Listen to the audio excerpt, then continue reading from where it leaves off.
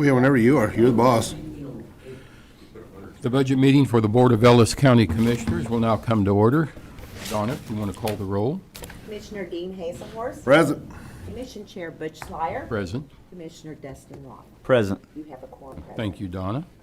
Okay, we'll start off, first of all, this morning is with the clerk and election budget.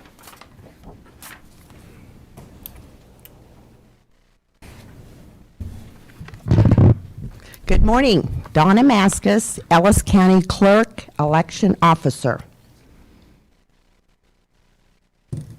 For 2021 budget, first of all, I want to highly commend my staff of 4 members in my office. They have a total of 35 years of service. I feel very blessed with that. Most of our budget, of course, in the clerk is made up of personnel, which you realize that.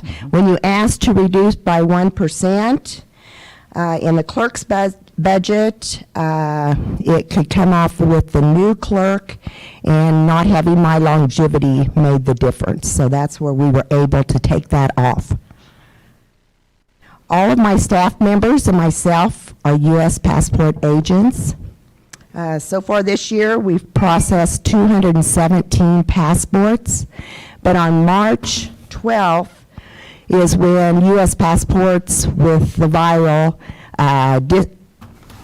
put a halt to all passports. Since they are not processing, my decision was to not process them either. It would just come to their stations in the mail and it would just sit. But we've had a lot of inquiries about passports. So as soon as they get going again, we will start our process also. In the past, you do get $35 of every passport that is sold in revenue in the general fund. Last year we had 739 passports. 2018 we had 826. In 2017 we had 951. So I do expect it to be a little bit less since we've been closed, but I know a lot of people are waiting to get a passport, so they have travel plans, I guess. And we're fortunate to have the tech fund. Last year we were able to purchase 2 copiers that we were in need of for our office. And I appreciate the Register of Deeds because they do the work for that. And we get the benefit of some of those funds. But those funds have to be used for the clerk, and it has to be equipment or technology. Mm-hmm. And on the budget, I will address a few things there. Under 1232 is rent a building. And appraiser Lisa, we did address that her and I went to the salt mine, the underground storage, and we had an excellent tour of their facility. I have been in it, but it's been many years ago. And we had been paying 4 offices. We paid a total of $2,000 a year. And I have been working with their staff, and we were able to put it in a different location, the same security. The only thing is we could not enter that security. They have to bring it to us in an office. But it'll be $64 a month is what we're paying currently. 4 offices, that's Treasurer, Register of Deeds, Courts, and myself have materials there. And ours are microfilm of the commission meeting because that is a permanent record. And we've had it there many years. And I want to thank the Register of Deeds. Becky Herzog did make the decision to pay that monthly fee out of her tech funds. So that's how it's handled right now. So I have taken that out of the budget. Subsistence, you'll see that that is a little bit more, but you're going to have a new clerk. There is training, and it's very important that there is training in the clerk's office. So, office supplies, there's going to be some new materials there that are going to be needed. On other fees, the $12.69, that is our post office fee, our box fee there, and some other fees. So do you have any questions on the clerks before I move to election? Registration, Donna, that went up Right. $500. Right, that is their Sanborn Institute, and I'm sure the new clerk will want to get involved in that. It's a 3-year program. I was fortunate I got to go through it. The prior clerk went through it also, and it is a very educational, and then you get to work with other clerks. So, yeah, I think that's a big benefit Okay. to continue with that. And there'll be other, this year, of course, with everything going on, our conference was canceled. So I'm hoping that maybe Bobby and I can attend the KAC just with the associate meeting. Is there? What do you yeah. use for postage? What all are you sending and receiving? Yeah, postage are the vouchers. Okay. So that is a big item. So, and it fluctuates. And that's another thing I think Appraiser Reed did bring out, that cost of postage, because the machine is in the treasurer's office, they have always handled it, but I haven't seen the communication we've had in the past, and they did get a new machine, and it definitely is costing us more, each of us departments that are using it. Is there anything else before we move? Donna, approximately how much more? I know from the I don't have that in front of me, but I will get that to you, okay. because I was reviewing that The last appraiser night. said a couple $1,000s from her office Yeah, alone. it is because- a lot. because of not working in her office. Right, right. It did impact the budget in that line item. Okay. Okay. Okay, on election, of course, election, from past that we have to, look at it, that there could be other elections going on. I know we get reimbursed for some of that material, some of that to handle a special election, but we still need to put that in the budget because we pay those bills and then we're reimbursed. And next year, we'll just have the November city school election in November is the only scheduled one. And we're very pleased with our election equipment. I think I did address with you on Monday about the federal funding that is available. Bobby and I will be working on that so we can find out what materials we need to keep everybody safe at election, because the poll sites will be open in August and November. And we did just send out a letter to our election board workers, and it's been very interesting, because a lot of them have decided not to work elections again. And I have to say a big thanks to anybody that has worked on Ellis County elections. We've had a great crew, very capable people that have taken it very seriously. So I do thank everybody that has worked elections. And then we're getting ready next Friday. We will have a letter going out to all advance voters, and it will include a form to request advance ballots for both elections. And this is another item that will be covered by those federal fundings. So we will have those going out next Friday to every active voter. And I think we looked at a little over 15,000 is what it amounted to, because we took out the girls took out the permanent voters. I think that was around 160 voters. So they didn't get a notice because they're already permanent. Once they request that, they get a ballot every time there's an election in their district. Darren, just for the record, it looks like it's probably a typo on the contractual adopted for 2020. It adds up to 36,210, and it's showing 65,234. Capital? No, on the salaries on election, classified employees. Donna, the difference on your data processing of 13,700, and then also again on other fees. Why is that so much lower? It's almost, Because we are looking, of course, next year, we're looking at one election. This year is a very big election, Well, that- because presidential brings everybody out usually. data processing that's coming out, that almost 14,000, that's all just strictly election expense? Well, some of that's going to be, I'm wondering if the maintenance is in that too. You know, the maintenance fees, you know, always in there. And they always kind of surprise you because that is a large item. I mean, So 'cause there you're- could be some maintenance. I will have to review that, Dean, and I'll get back with you. No problem. I just seen, I mean, your total budget, yes, Bobby? Yes. Remember that was, we changed that line item, either we didn't charge it on the wrong line item. Oh, okay. It was, you know, so we. That is correct. Okay. Right, so the comparables is not always true because there's some things that were charged there that should not have been charged. 'Cause your Okay. budget's down almost just another 20,000 just on Right. election. Right. Okay. Darren, you seen that? Wait, well, in an election and contractual or capital? Yeah.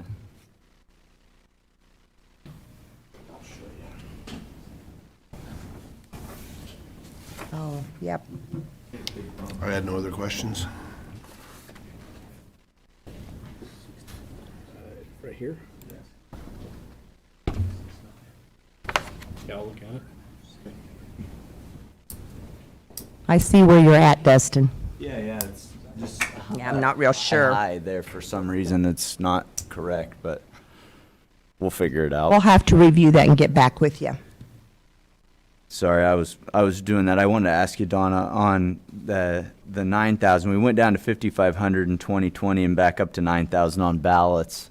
Is that because we spent so much money to prepare for this election cycle? the Right, large right. election And we did order extra, and then that is one thing that the federal dollars will pay for. Okay. So Bobby and I will be reviewing that, and I'm sure we're going to order some more ballots. I've already visited with Josh down at Northwestern Printers. We have worked with them. They have been grand to work with. So, Do you expect a lot of absentee ballots through this process because of Right. COVID-19? Okay. and other election officials are seeing that. It's just amazing. We're talking 50 to 60% of the qualified voters are requesting a ballot to be mailed.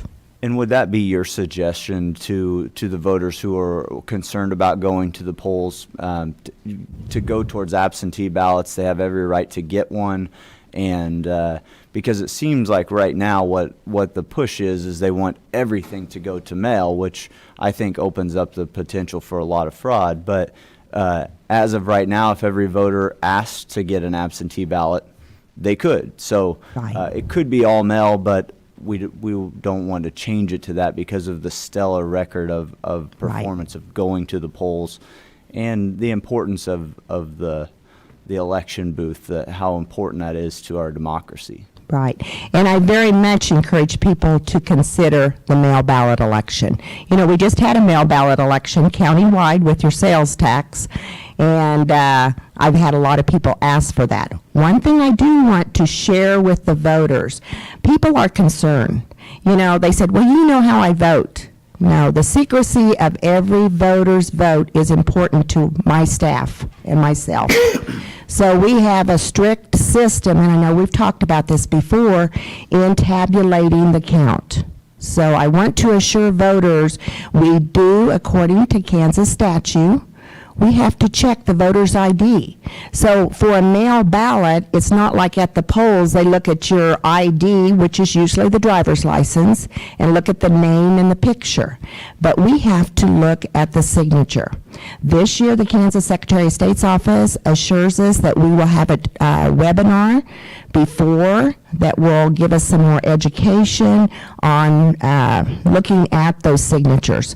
But it's not one person in my office decision. There's 2 or 3 that look at that signature before we reject it. Then we make every attempt to notify that voter to re-sign a documentation that we can look at and verify it, and hopefully count the ballot. Very good. Are there any other questions? Anything else, gentlemen? I have none. Thank you, Donna, for clarifying that. Thank you much. Okay, thank you, Donna. Those numbers look correct from what's in CIC in that line item contractual.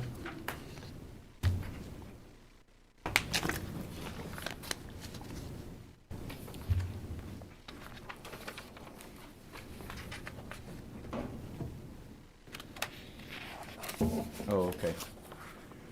I see. Commodities. Okay, I got you on the final line item. Okay, yeah, I was looking at it wrong. Okay, next is Register of Deeds. Is Becky here? No Becky yet.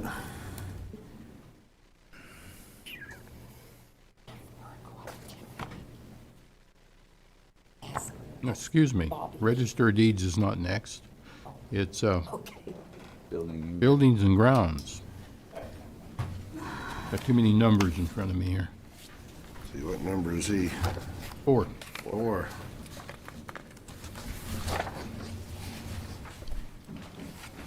Good morning.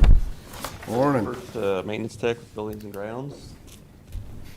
Mine's pretty simple. Basically, I had the same budget I had last year versus, the only difference would be we lost one position or we contracted out the position. So the personal services went down and the contractual went up to compensate for the contracted labor. So that's basically the difference on the budget from last year.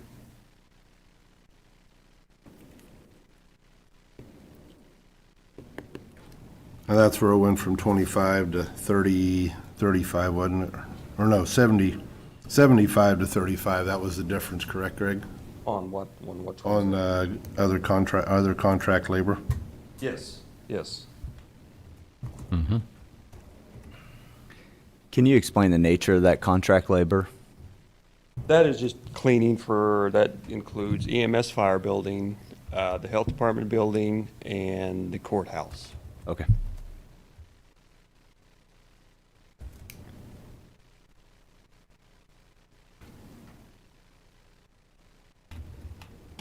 Any questions for Greg? Not really, it's pretty straightforward. Yeah. Like I said, that was the only change in his, was that, so. Well, there wasn't any other changes. Yep. Yeah. Yeah, I appreciate you finding a way to make that happen. I think, Yeah, you know, it works pretty good, and I think they're happy. The only thing I would say about that is we have 2 people basically taking care of 6 buildings. And if something was to happen to one of us, it would really be tough for one person to try to take care of 6 buildings. That's the only issue I would have with this, what we're doing here. okay. Just don't let nothing happen to one of you. Yeah. Yeah. Yeah, don't do anything dangerous. Are we Okay, gonna talk okay, Greg. 6 or 16? Do you have any questions on the Fund 6 or Fund 16? I didn't, Greg. That's what I was gonna pull up. There's a lot more information in there than the years past. Yeah, well, he did. I mean, definitely. I've had more never in there. done all the buildings before. This is the first year that all the buildings in Fund 6 have been put in one item here. Greg, on the Fund 6 stuff, is that estimated? We still gotta go out to bid on Yeah, what? that's all guesswork on my Yeah, part. okay. And I actually went out, I think, 15 years on that, trying to figure out a way to divvy it up over the years. But you guys just have the 5-year plan, I think. So the plan for this year, we've got a stripe and seal, R&B building, slam locks in the holding area of the jail, epoxy on showers in the jail. Those are the line items for 21. Okay. When we did that jail that time, Greg, didn't we do epoxy in the showers? No. Or was that on epoxy the was floor? floors. That was on the floors, Yeah, And the okay. jails are stainless steel, but Yeah. for some reason, they get a lot of rust in them. I remember And because the them metal guys came around out it and did that really whole rusted out. epoxy coat, but that was all flooring, okay. Yes, yep. Thank you. When we do things like that, do we use the prisoners for some of that labor? We don't? No, Okay. Back in the day, they'd paint the floors and everything back in the day. That's what I had heard stories, yeah.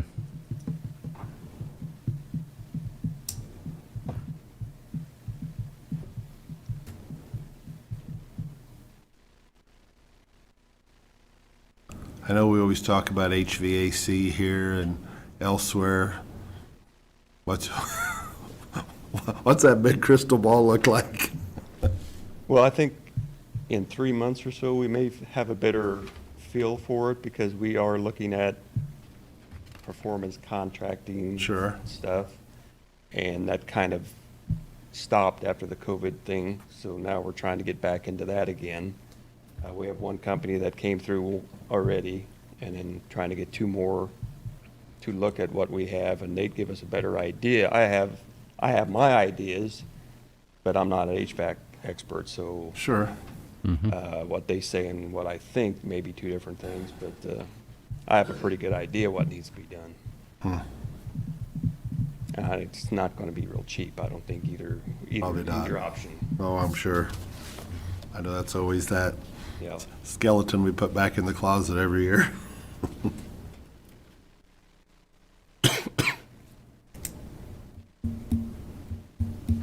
Any questions, Commissioner? No, I think that's all I needed on this. Okay, thank you, Greg. Thanks, Greg. Thanks, Greg.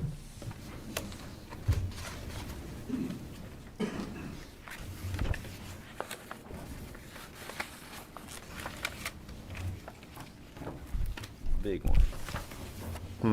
The big one. Yes, Public Works will be next, That's clear at the back, isn't it? on number 11. 11. Yeah.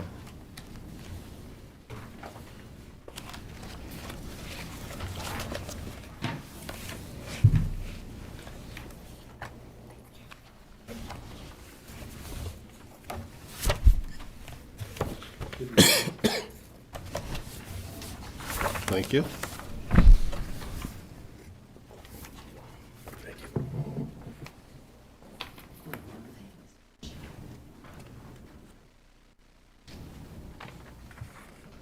Good morning. Morning. Good morning, Bill. Bill Ring, Public Works Director. Public Works consists of 4 divisions: the Noxious Weed Department, the Environmental Planning Zoning, and Solid Waste, and Road and Bridge. We got a lot to go over, and I've got a lot of information. I can answer a lot of questions. I have all my key staff people here. If you have specific questions of either them or myself, please feel free to ask. And if we don't know, we'd be glad to get you the answer. In front of you, I just gave you a little document every year. I try to write up something very short and sweet to just do my quick view. The analogy on the front is the crossroads of where we're at and using a road. And that's what we look at every day. And the economy is driving a lot of this, inflation, taxes. But that's just an overview. That's the way I look at how we stand right now, not with dollars and cents so much, but with the actuality of the environment that we work in. And then I gave a little statement there about, my thoughts on Public Works. A lot of this you've heard before. I've talked about it for a number of years. And then I did 4 quick bullet points as I watched yesterday some of the things that you gentlemen were asking for. I wanted to put it in writing so you have it right there. And then I went back out to the office last night and because you asked also about staffing to see where we actually are. So that is our staff right now, by number of people in it and positions. So our staff total for the entire department is 51 individuals. All full-time, right, Bill? Correct.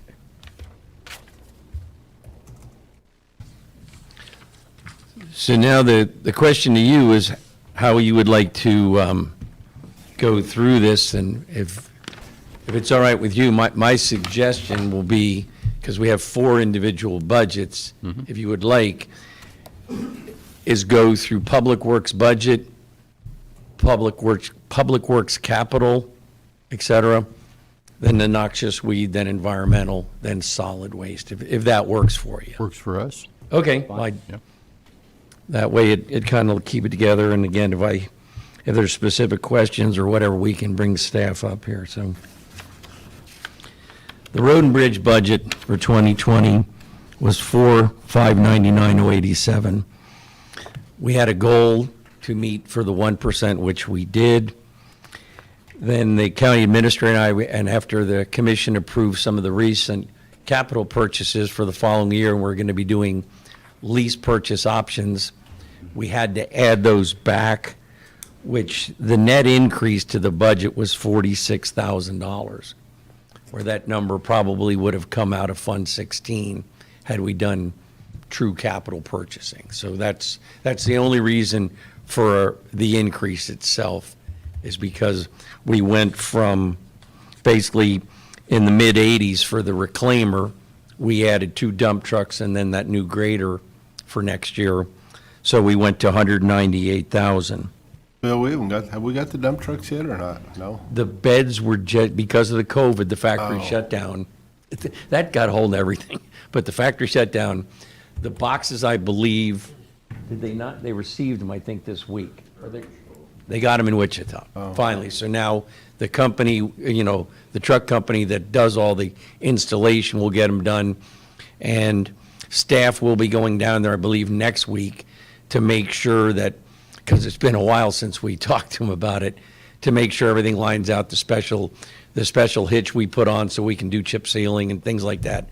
So they'll go down there and meet with them. So maybe by the end of June, possibly? I'm hoping by the end of May. Oh, I'm hoping. Because they said once they get them, I mean, they've been waiting for them. The trucks have been sitting there because everybody also would like to get paid. oh, sure. Because that's all in limbo until we get it. We won't do anything until such time as we get the keys. So that's where the Public Works Road and Bridge budget came out. Bill, how do you feel about these lease purchase agreements and how we're budgeting them out? Do you like that? I mean, it is a capital purchase because it's a lease with a $1 buyout, but, how do you feel as far as how that reflects on your budget as opposed to just capital in general and the equipment we have to buy? I think it'll be a large benefit in the future. As we talked when we purchased the last grader, graders will be $300,000 here shortly. We need usually 2 graders a year on the average. That would be a $600,000 capital purchase. Okay, and that's why it kind of got out of hand, at just the amount of dollars. So if we can buy, we bought one, it was $35,000. You guys chose to go with the shorter term, which is fine. Yeah. But, no, that was on the trucks, I'm sorry. The grader, we went 7 years to match the 7-year warranty. At that time, if we have a machine that's still worth $120,000 against probably at that time a future machine of $380, we're a lot further ahead than we are now, where the trade we had now was in the mid-50s against a machine at $280. Okay. So I think, and then also if we were to have machines there right now, based on the $35,000, if we were paying for 10 machines, be $350,000, one grader's $280. So I mean, if you look at, we're buying 2 graders a year, your number can get in, between 5 and 6. That would fund a lot of graders. And I think the same with the dump trucks. I mean, now those we'll be able to hold because we won't mile those out. But basically, we will hour the graders out during the time of the warranty. Again, if we turn it, get the most value on the trade, because again, like you just referred to, we'll get the dollar buyout. Now we have something that still has a retained value to Ellis County of 100, 120, we don't know. But it will be a 6-figure number, which is very important when we look at the 6-figure numbers that graders will become in the future. And under normal economic circumstances, we struggle to have employees out there. And I think one of the biggest factors from our commission is that they have good machinery, so that we don't have an employee that's highly valuable to us to be out grading roads, have an engine shelled, and then setting for a day. So how much do we have? I know it's, 12 graders? Is that what our fleet is right now? We have 12 territories, we have 15 graders. 15 graders, so we have a couple graders that set in potential. Well, one belongs to solid waste or the landfill, which is out there for us, I mean, but they use it out there Okay. to maintain their roads in and around the facility. And then we have two, we don't call them extra, they're to be used if we need it, like during snow, we have to bring more people in to move more snow, we have them. Or during a 500-hour maintenance, where the machine might be down for a while, or we have to put tires on it, that's, putting all new tires on it is a couple of day process. So if the operator wants to get back out in his territory, he takes one of the fleet graders and goes out in that while the shop takes care of the maintenance, tire repair, whatever it might be. Because you just can't, and again, we've looked at that in the past, of trying to just go, let's say, use the word rent for a day or two, Yeah. a machine, it gets cost prohibitive. I mean, we've rented track hose in the past. When we looked to buy the reclaimer back in 17, we looked at leasing one, and what was it, $30,000 a month, I think it was. Sounds right. It was astronomical It was like dollars. $1,000 a day to lease it. Yeah, Yeah, it's it's just, expensive machinery, yeah. Bill, I have a couple questions here. sure. On your supplies, I noticed here for your salt and de-icing chemicals, in 2019 actual, you used over $7,000, and now you're requesting only $700. Do you have a big stockpile of that or something? We do. Okay, how about the same for asphalt? You're only requesting half of what you used in 2019. We bought a lot already, where we've hauled that in, and based on the projects we've got lined out, that's what we need to get through next year. Okay, We've sort of switched gears as far as how we're, at the end of the year, we're trying to purchase the supplies for the following year, getting a better price, and then using it out of the next cycle. Because it doesn't, like buying rock or sand or supplies, it doesn't go bad. And Okay. we had with the salt and sand, we had a very light winter this year. Example being, I looked last night, we're 10 periods into the payroll, and we've only got, in Road and Bridge, a couple of 100 hours of overtime. Same period last year, we were at 1,400 hours of overtime. You get And it's pretty all got to do lucky with the on that, weather, yeah. so. Bill, what about the signs, the 1350? You got budgeted 15,000. I know that we just did this big sign project. Is this just a guess from year to year, and then whatever, you hope it never goes over it, essentially? Well, all the grants have been taken care of for the re-signing. That's Okay. all new signing. Now, we have to maintain those signs, and you guys see monthly the sign vandalism report, Right. which is stolen, shot, run into, whatever. I mean, and that can fluctuate on any given month from $600 to $4,000. Okay. And then we have a lot of signs to go out and start replacing, because the grant cycle for the high-risk rural road grant, I think we're 6 years into it. Okay. So there's signs, some signs have basically, they consider a 5-year reflective life on them. So we will be replacing those from the original grant cycle. Okay. What about the water line item here? I know we had a discussion about the purchase of land that we made and the potential for water on it. It looks like we have budgeted 15,000, same with last year. But it looks like in 19, the actual was pretty low on your water purchases.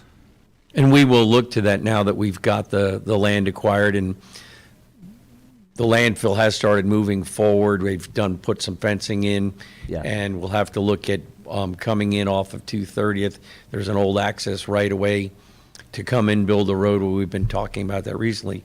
And then it also depends, weather's a big factor. If it's very dry, we buy more.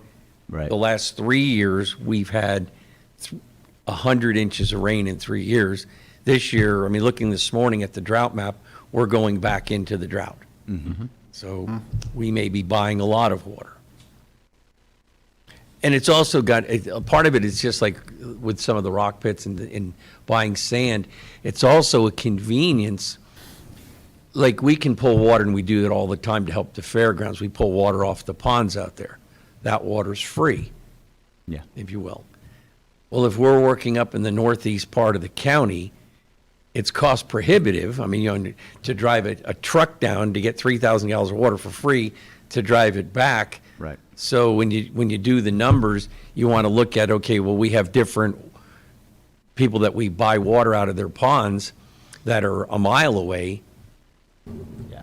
The person's time, the truck, the The time is the So, big thing if you're yeah. waiting. In other words, if they have to drive 15 miles to the fairgrounds, load it, drive 15 miles back, they could be a couple hours, where if they were a mile or two away, you know, you can make a whole lot more trips, and then you're tying up, like if the grader man is waiting for water, because we have to put some water down on the road so we can blade it properly, then it could be hours.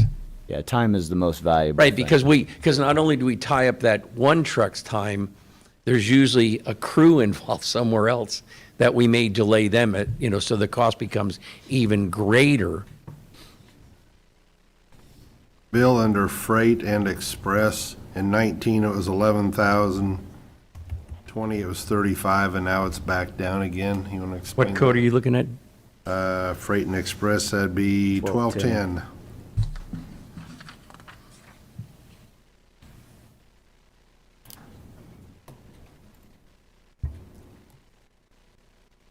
It went 11, then 35, and then it went back down again. I just wondered what that all entailed. If that was maybe for hauling rock and stuff in, or, Sometimes it's got to do, most of it's got to do with what it costs in parts, I believe. Most of it comes in, because we have to pay, oh, even with having the drop box from Caterpillar, in the Foley box in front, there's a drop box charge every time on every invoice. And then anybody else other than the local, like in town, any of the parts stores and those type of people, they don't charge us. But anything we ship in UPS, and we try to break that out to know what our costs are on anything that we do bring in. But you list the line items on that line item there then. Right, when they charge it out, if the parts are 100 and the freight is 20, they charge 100 to parts, and they charge 20 to that category or code number. okay.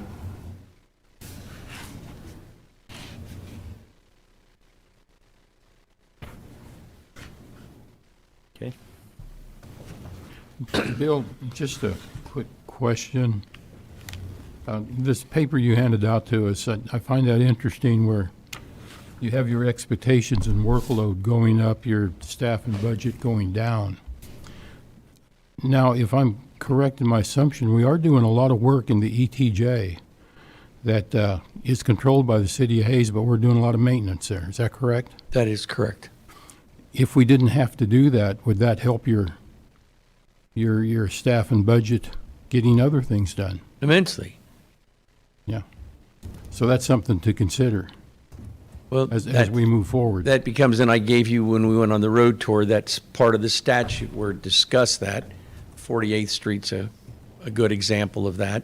The county administrator, when he did the presentation posters for the sales tax meetings, the one that he did that was relative to road and bridge was very well done, where it categorized in red. You saw the amount of roads that are our roads, that if anybody that looks at it would say, well, those are all in the city. Well, they're not. Yeah, so it is something for consideration in the future. I know as we done your road tour, we really have little time or little staff to go out and look at our right-of-ways and clear our right-of-ways. And it's something that's going to create a problem, or if it's not already. And that was my third point in the top paragraph. You know, one thing I've always focused on, and that's coming from, you know, in business, in the private sector for many years, and being brought into things as, you know, happens to every business person. Safety is very important. It's extremely important to make sure we have a safe work environment. But liability is also it's for the health of the business, which here it's the county is the business. To keep us out of a litigious situation is a whole lot cheaper than going into one, as we all well know. Yeah. No offense to our good friend Mr. Jeter, but when you hire those people, it's large dollars. And, you know, if you don't prevail, it's even larger dollars.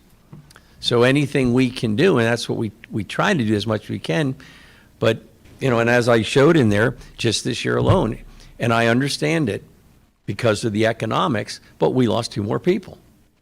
We went from 53 and we're now down to 51. And those were lost out of Road and Bridge. So that becomes, Yeah, I know historically, Road and Bridge has been hammered. It's absolutely hammered. And it's like Commissioner Hazelhorst said earlier, that's got to end. So, but we will do everything we can. We always have. As I put in there, you know, we're a big team, but we're part of a bigger team with Ellis County.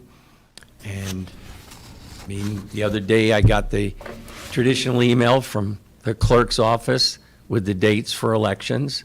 I passed it on to our crews. They will, you know, they'll take 2 days off from roads, and we will assist the clerk. She doesn't have staff, we have staff. When the fire chief calls and needs a fuel tanker, you know, one of these big grass fires we've had, or he needs road graders to run the, you know, the perimeters, we've been out on many fires, many times, and we'll continue to do that. That's part of being, you know, the county. I mean, we have the tools and the equipment. We need to bring them when you need them.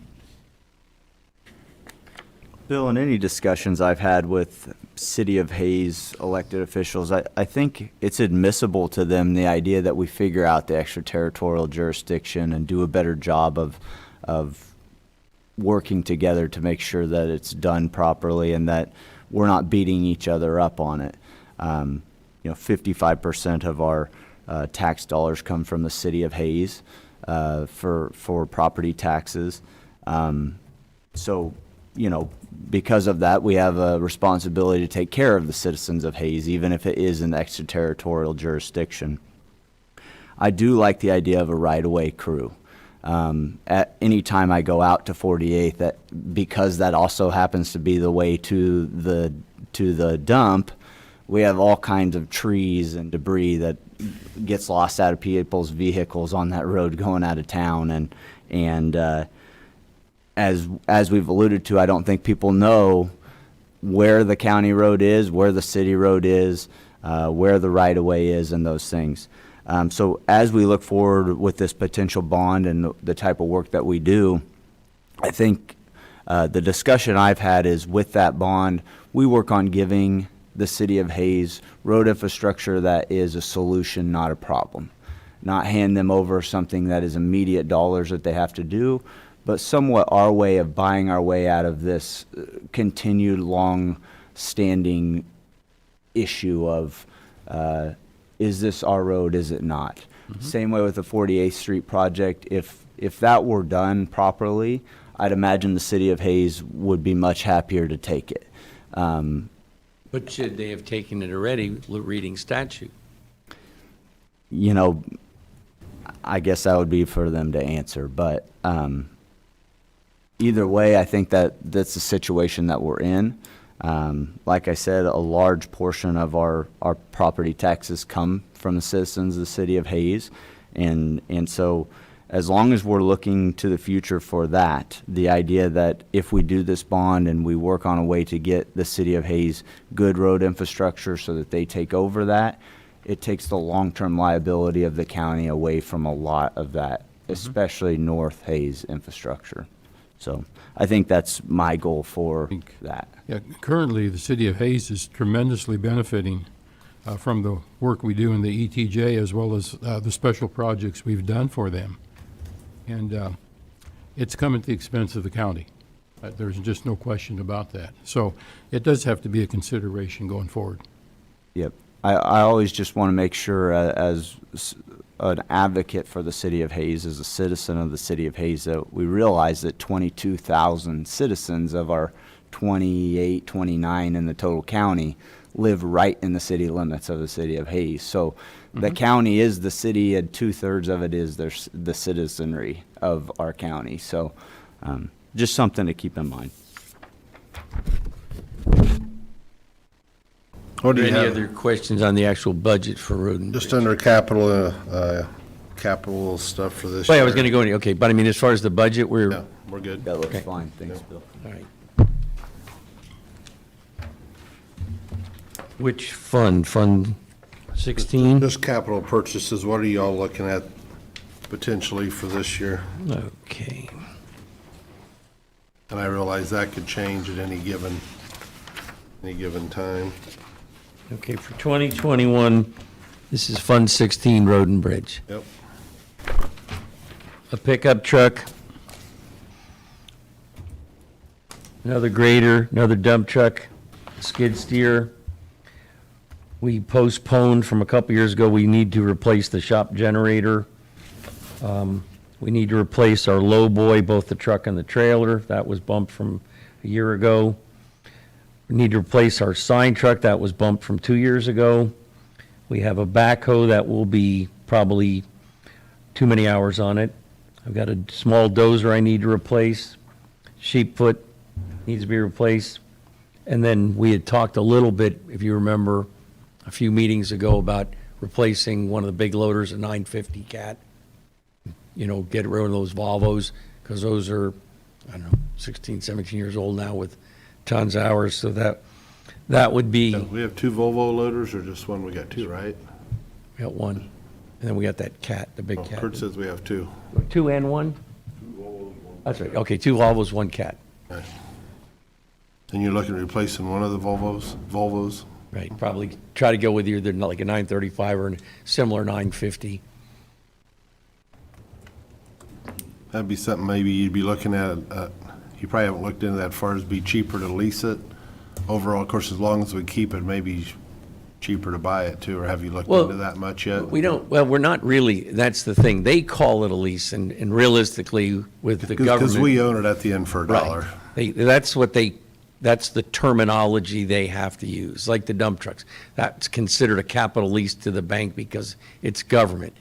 But it's not a conventional lease like we would do as an individual, where if I went out to Foley, as an example, and I wanted to lease a skid steer for out of my place, I could lease it for 5 years, pay $500 a month, and at the end of it, I hand them back the keys, I'm Walk done. away. Okay, but I have no value in it.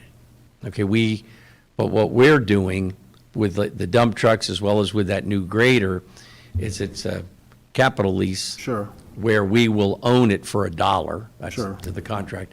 But then again, like I said a few minutes ago. Trade it back in We would whatever have a its value is. large, we've got large value retained.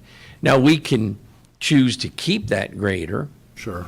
or if we do it with a loader, I mean, you know, we don't put near the hours on a we use them all the time, but they're not running all day long, 6 or 7 hours a day, day after day in a territory. They load at the yard, when trucks come in, they might load for 40 minutes, and they might shut down for 15 minutes while they're waiting for more trucks. Or they might load only in the morning. Like them Volvo loaders, any idea hour-wise, Kurt or Bill? What's on them? You said they're about 17 years I old? believe so. Okay, I was just curious. See how many hours a year we might put on them in 17 years? Okay, that's all. Okay. And then if you go to, I'm not sure if you got the same documents I have, but Fund 78 we just basically left that as a carryover from the year before. And, we talked about it on the road tour, and I know it's going to be discussed. A lot of these projects that are shown on here are on the list I gave the county administrator to go on the agenda item for Monday night. So that's just what we had planned for 2021, based on moving some projects to hold the money back, which we had a pledge, if that's the right word, for the project with the build grant. We had to have that money because Sure. the grant came in a few dollars on the shy side. So we ponied that up, so we had to put off road projects, so we'd have the funding.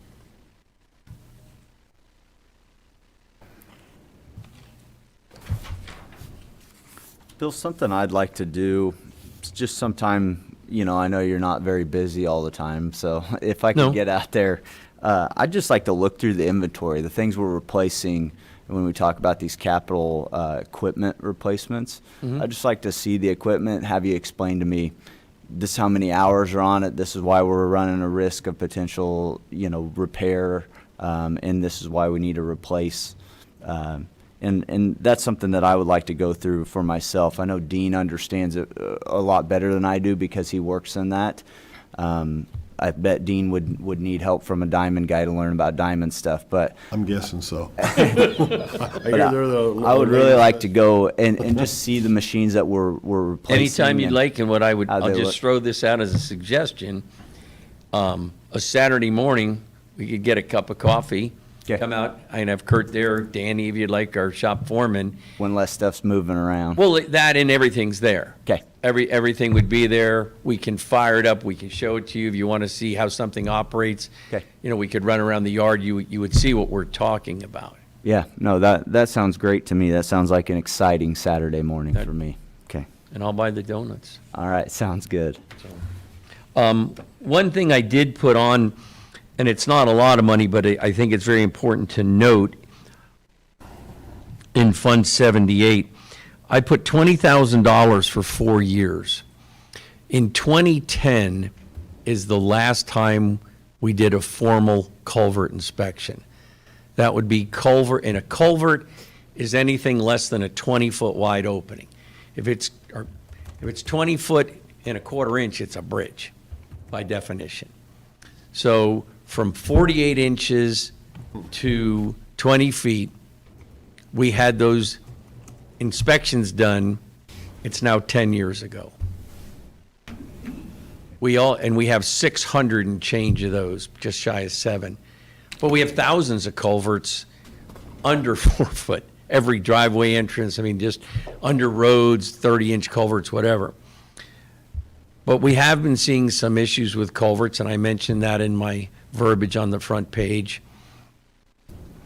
that I would like to plan a culvert inspection program.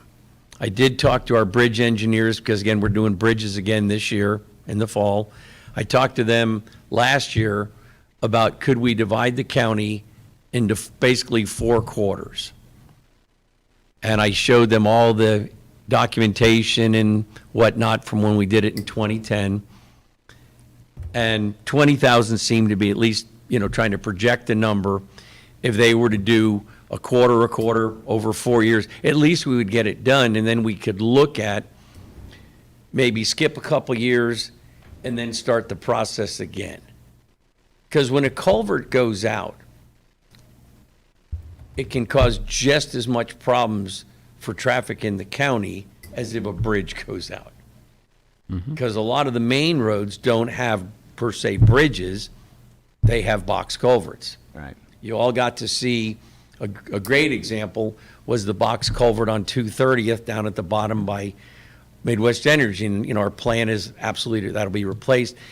But the time, and we did that project really fast because we didn't want to keep that road closed, but it was down for about a week. And we took some used large culverts we had stored out at the backside of the landfill, dug it out, put it in. It was all hands on deck because all the contractors out there need 230th to operate. Right. But that's an excellent opportunity to have seen, and it was only a 10-foot opening, but you could see what 10-foot falling in could do if it actually caved in unexpectedly, to get it fixed where we planned that repair. We had everything lined out. We knew exactly what we were going to do so that when we got out there, we hit the ground running, got it dug out, got it ripped apart, and we already had stuff ready to go back in. Yeah, that's definitely high traffic on Correct. that road. And so we have lots of those, like I said, 600 plus that are over 4 foot. So anyway, that's why I included that in there. as a capital expense, because, you know, whether at some point you would want to move it into a budget item, that's fine as well. But just for the foresight to look to the future of creating that plan and then coming up with a continuation so that we continue, because the bridges are mandated. We don't have that's not an issue because we have to do that. But the culverts are not, or the boxes are not. Bill, could I take a look at the old culvert inspection report just to get an idea of what it is we're going to see when they do these inspections? Sure. Okay. Absolutely. We have a file with we have files on everything, and it goes back hundreds of years. But, you know, there's a culvert file, and we have it done on our GIS mapping. So we can look up a culvert and say, okay, it's 42.7.852. Go to the file cabinet, pull it out. Everything there is that's ever been done to that we have history on is in that folder. Okay. And you're welcome to that. Anybody is. I mean, it's public information. Sounds like a good plan, Bill. So, and Butch, to you, if you want to come out on a Saturday, you'd be welcome to come. Sure.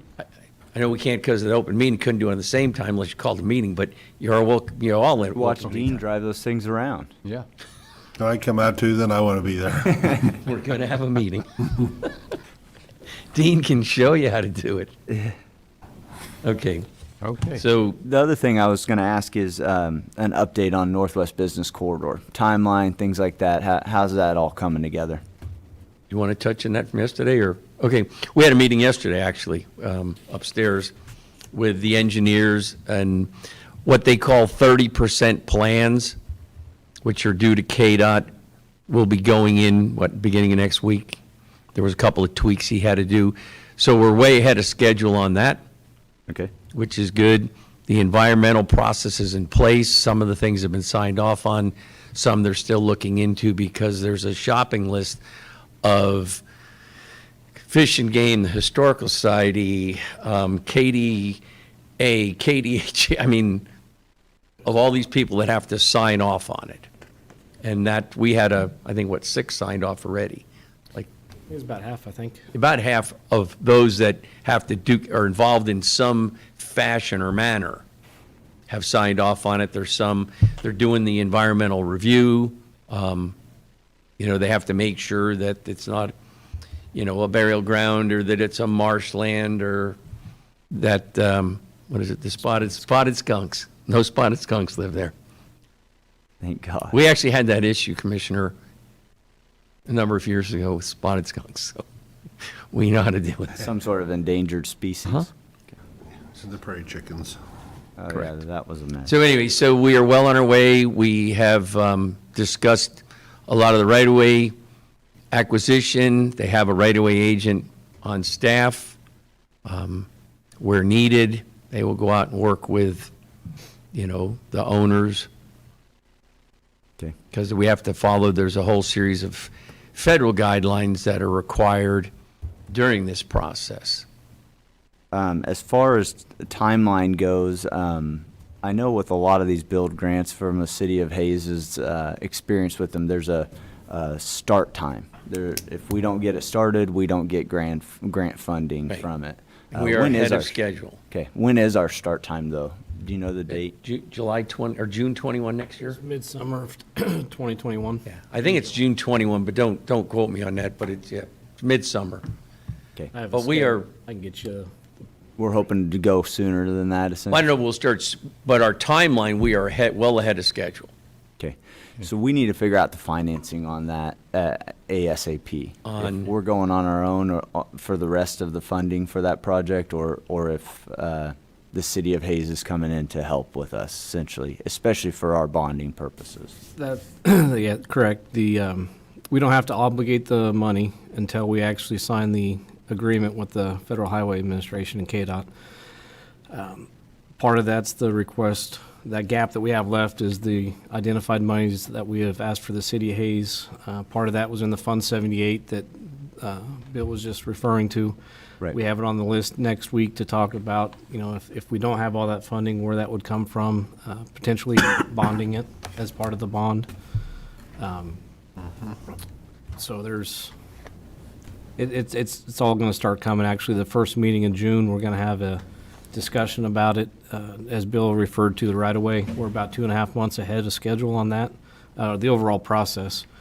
We'll bring a proposition on the 1st of June for the commission to approve as an amendment to the original engineering contract.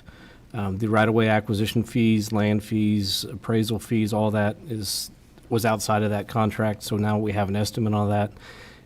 Just so you have a heads up, it's a little bit more than originally projected. We thought originally there was 25 parcels that we would have to purchase right-of-way. There's actually 31. However, within our discussion yesterday, Bill and I are going to work with the engineer to potentially work locally with about a quarter of them to actually save us money instead of having an overage. But yeah, we're about 2.5 months of that, and I believe we don't actually have to have the money obligated, if I remember right, until April of next year. So it should fall within our timeline for The money, bond. the money allocated from us to KDOT and the money from the FHWA and all that things, like he said, is April, and then that's when the clock is ticking. Then we've got to be sure we're ready to start like 2 months later. Okay. So that window is very important there. But again, as he pointed out, we're ahead of schedule. And there's, on the acquisition, with the contractor, it's an independent that the engineer would hire. There was it $950, the fee per track. there's a track fee, a contract fee of $950. Well, if we could get rid of 10 of those by us doing it locally, I get you. with the engineer following FHWA and KDOT guidelines, there'd be $9,500 we can save.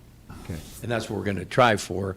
And some of the add-ons, and it's, I guess, similar to what they did with the roundabouts,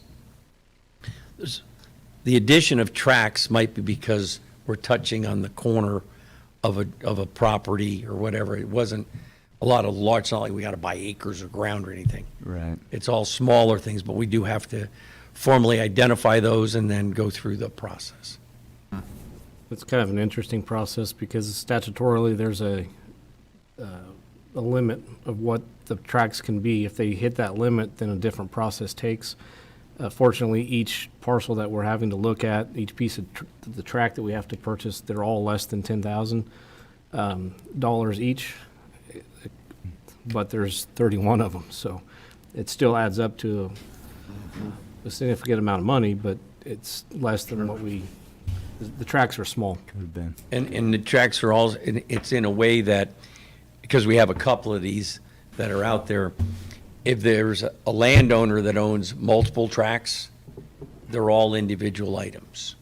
That doesn't get dumped together so that it would go over the $10,000 threshold. Each one is looked at as an individual deed, with us to whoever owns the deed.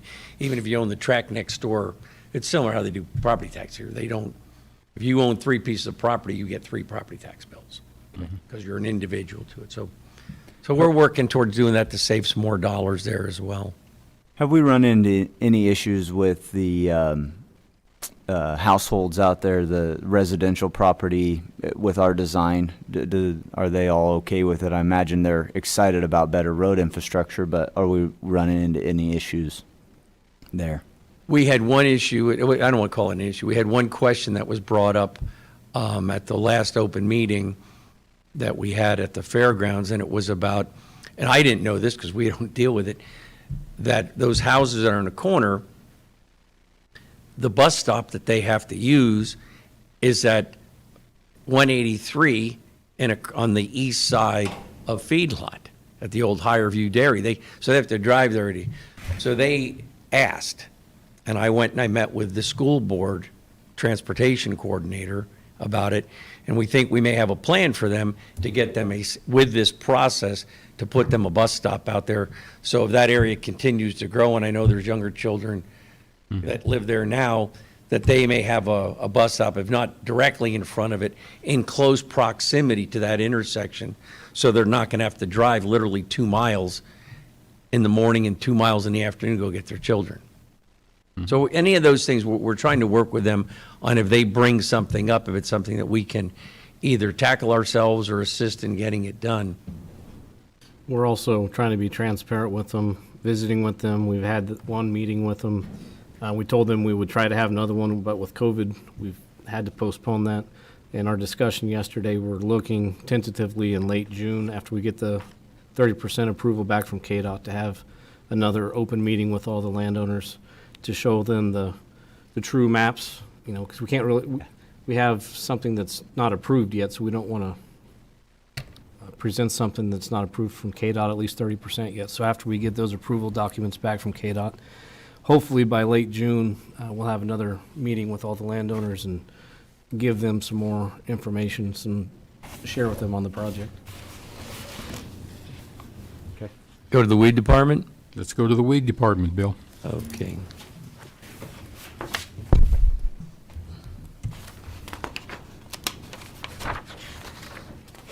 The short synopsis of the weed department, 2020 budget was 923,035.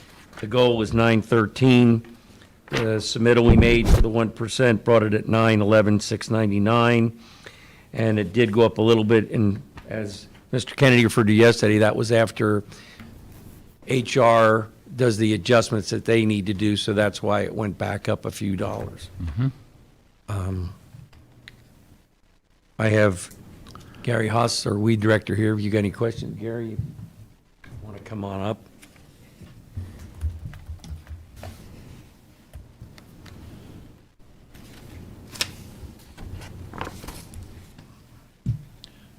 Gary Haas, Weed Control Supervisor. Good morning. Hi, Gary. Morning. Have any questions for me? Gary, can you just explain, we've got a $731,000 line item for herbicides. Explain all the stuff that you guys do out there, the things that you offer, just so I've got an understanding of, I know there's private companies that sell herbicides and stuff like that. So, why do counties do this? And obviously we have our own issues that we have to use and control noxious weeds, but give me a synopsis of what you do. Okay, of that 731,000, the herbicides that we use that we're applying to county roads and different properties and what we do for the state usually amounts to about $35,000 to $40,000 of that. The remainder of that are cost share herbicides. We purchase the herbicides, and then as required by state statute and the noxious weed law, we're required to sell to producers for the control of noxious weeds. And so producers come in, they purchase it, mainly, most of them, probably 85–90% of it is for field bindweed that producers come in and purchase for, and the remainder is musk thistle. They come in, we discount it 25%. Originally, we mark it up for, I'm trying to think of what, 3% for handling. Okay. And then we reduce it 25%. So it's really a 22% discount. So we are selling a chemical 22% less than what we pay for it. And we're statutorily obligated Required to do that. I think it originally was designed to keep the land valuation up, to not let the noxious weeds get out of hand in our county.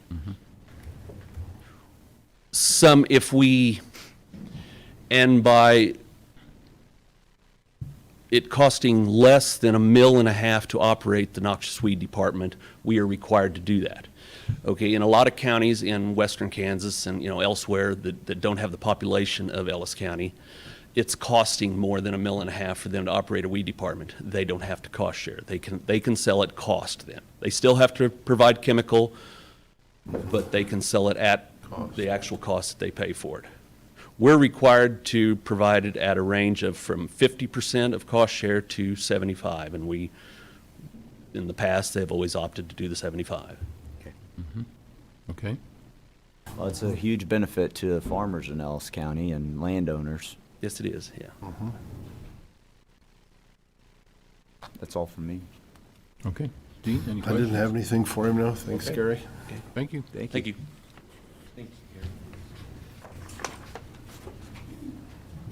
And next will be, Did you want to touch on the weed department on Oh, yeah. Fund 16? Oh,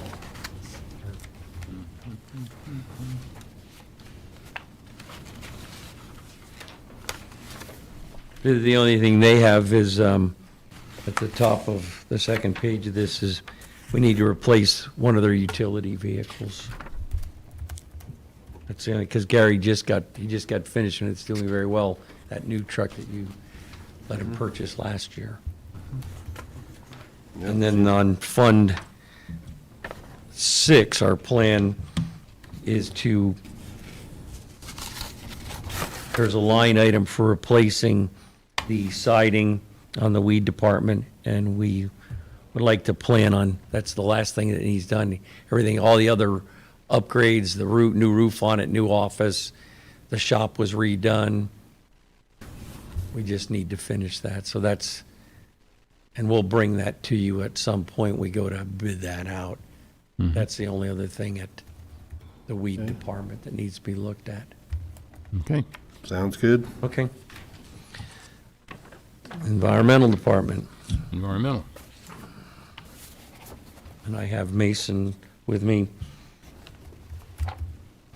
The environmental 2020 budget was 185,710. The goal was 183,853. The 1% brought us in at 183,849. With that, our contractual in that office went, which is, supplies and whatnot that they need, went from $2,875 to $825.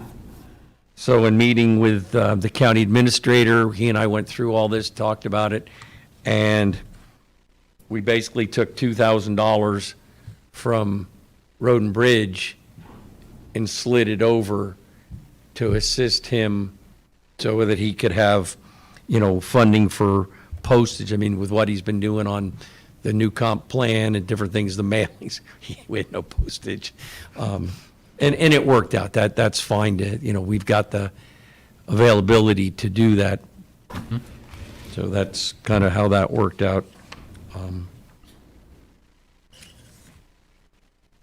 So their ending budget number came in, it's still less than, it's at 182,901, and that was after there was some tweaking with the HR, with, Sure. the various things, including the health insurance.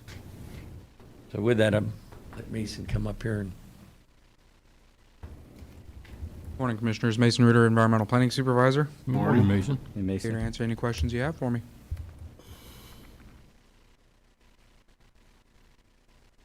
Guys have any questions for Mason? It's pretty simple budget. I really don't have anything that jumps out either. I know he's been busy doing inspections and designing new systems. How's the comp plan coming? Comp plan's coming along fantastic. We are, actually just spoke with Keith with the zoning regs update as well. We got the first half of his draft. We originally had planned for the public hearing to happen for the comp plan in May. With COVID happening, and we want public input on it, we wanted to keep it open. So we thought it might be better to do both public hearings at one time, zoning regs and comp plan. So as we're doing the zoning regulations, we can adjust the comp plan accordingly. So when these two documents are done, they are completely merged and married. So anytime we go back to both of them, it's 100% correct. Sounds good. Yeah. Sounds good. We're looking at both of those. We're hoping fall to have both of those ready to go. In the fall? Okay. And it looks like you're planning to purchase a pickup. That's the plan. I know we've had Okay. planned for that for a few years. We have a 2007 Ford pickup, two-wheel drive. Yes, it'd be nice to have a four-wheel drive driving through the fields. But that's our plan. I know we had talked to Bill about even if we had sold ours on Purple Wave and bought one of their older ones when they replaced theirs, looking at maybe doing something like that even, if not purchasing a new one. And then we'd push the copy machine off, because when Clerk had got their new copy machine, we took their old one. So we had our old one, and now we have their old one, and we can actually make them together run as one nice one. So, excuse me, it's doing its job. But yeah, the pickup would be the only major thing we'd be looking at. And our current pickup doesn't have the capability to pull our hazardous waste trailer. Oh. So anytime we need to move it, we have to ask the landfill if they could move it for us. So it'd be nice to get something that has at least hitch capability. It's a good thing you know somebody out at the landfill, huh? I do. He's all right, I guess. A little shady, but that's okay. Yeah, that's kind of what I thought too. I guess any other questions for me? How much mileage do you put on a vehicle a year, Mason? Oh gosh, it depends. There could be some months where we drive 300 miles, and there could be some where it's 1,000 some. Like That's on the bottom of his monthly report, that's always the bottom line. Okay. They tracked, I think it was 425 or something the last time. Yeah, because the last month we didn't do a lot of work outside. We did a lot of work in and around the ETJ or around like Ellis or something like that. It's sounding like a lot of the summer there's going to be a lot of development going on the east part of the county, northeast part, and that takes 2 hours to get up there. So Yeah. just depends on where people are wanting to put their homes. But so relatively low miles as far as, Yeah, total miles you put on. Okay. Yeah, I mean, as you look at this vehicle purchase, I think we just, use our best judgment, see what you can find, see if we can find something that is better for you and will hopefully last us for a while and be worth something when we're done with it. Yeah, we're not looking for anything fancy, just to get us point A to point B and be able to go out there when it's muddy. Yeah. I get embarrassed when I have to call and get stuck. Yeah, we'll try and fix that problem. Thank you. Okay, Thank you. thank you, Mason. Solid waste.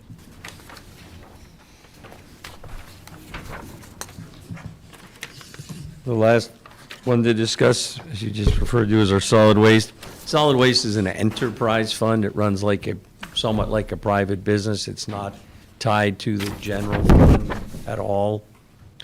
So they don't really fall under the 1%, although we did lower their budget. But their expense budget in 2020 was $1,279,000, and this year it's $1,272,000.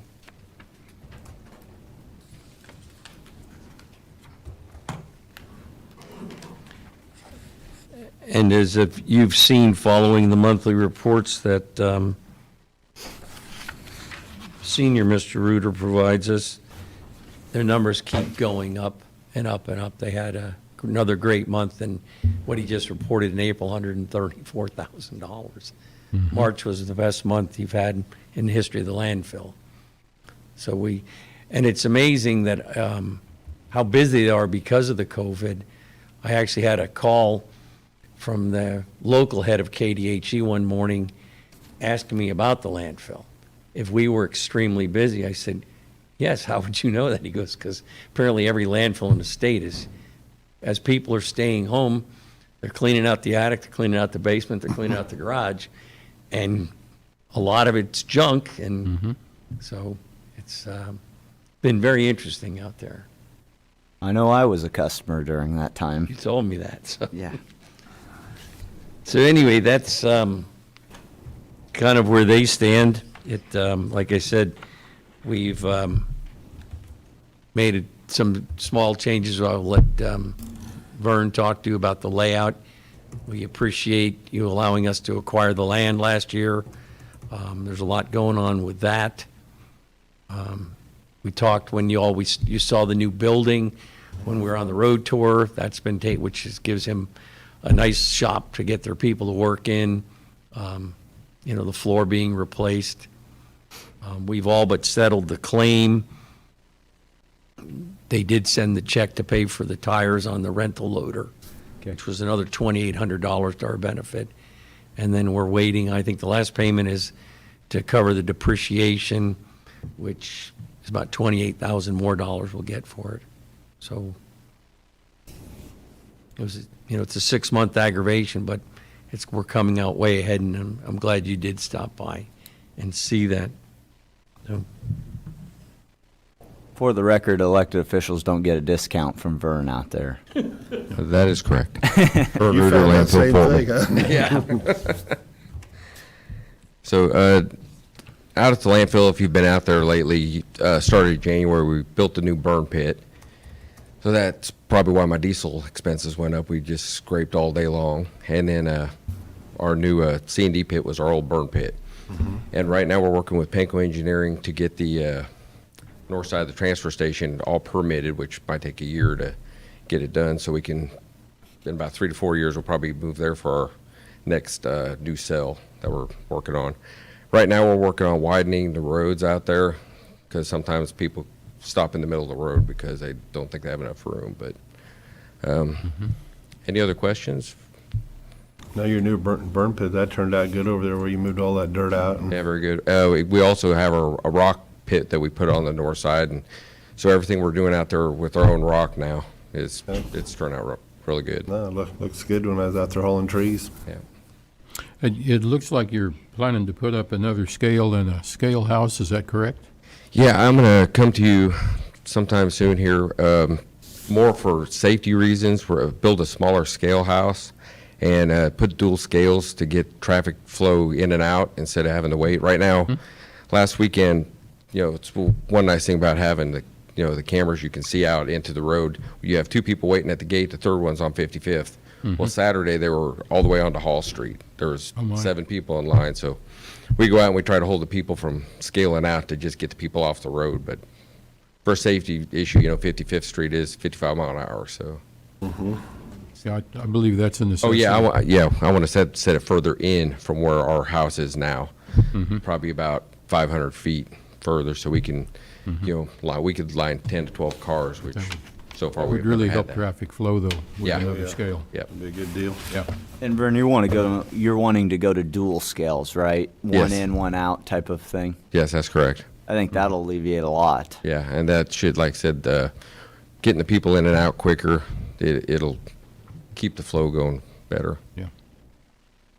touch on how with the camera system about you can see the burn pit and, Oh, okay. the availability from the office where you're in your phone. Yeah.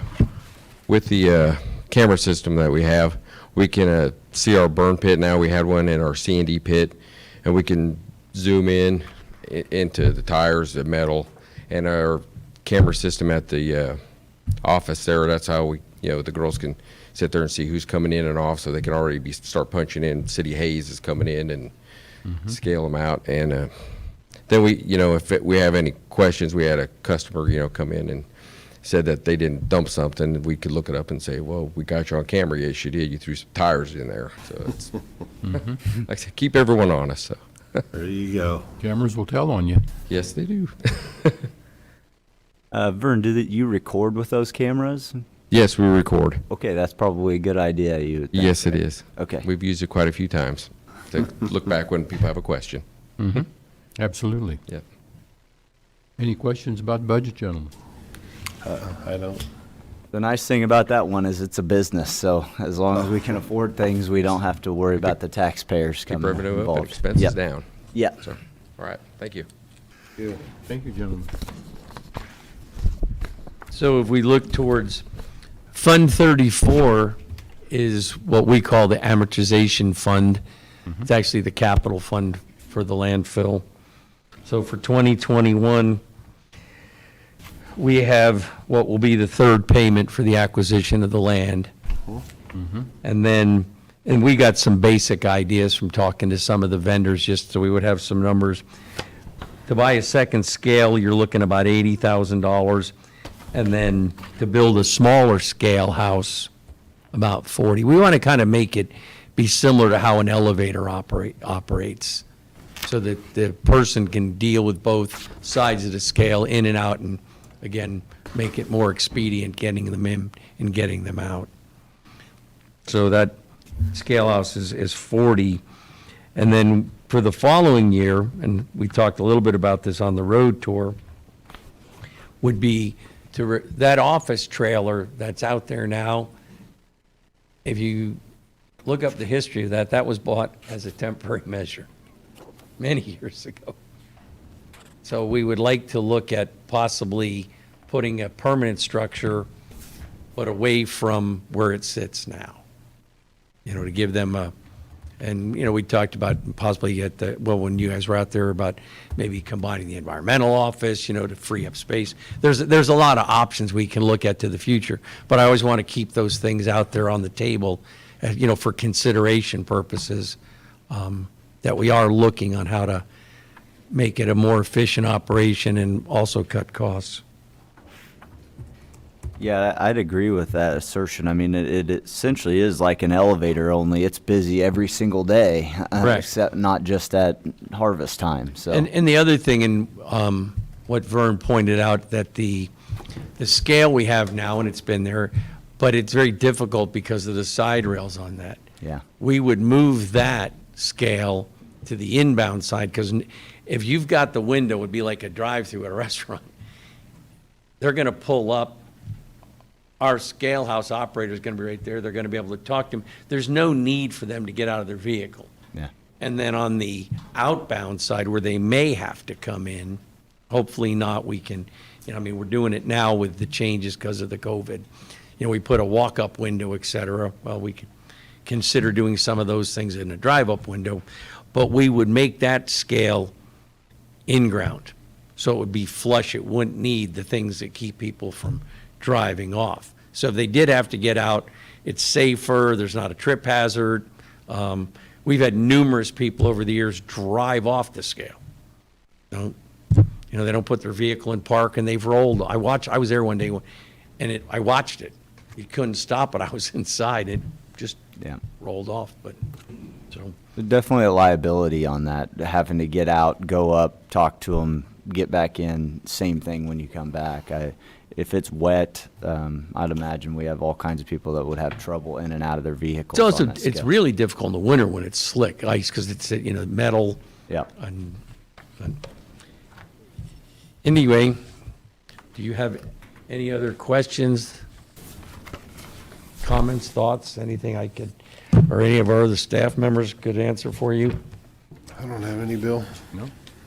Nothing from me, Bill. Thank you all very much.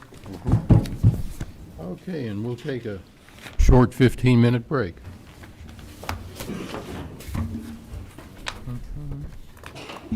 Just talked to Amanda. Her and the judge are heading over here, so they should be here about right for when we resume. Okay. We still have Becky here too.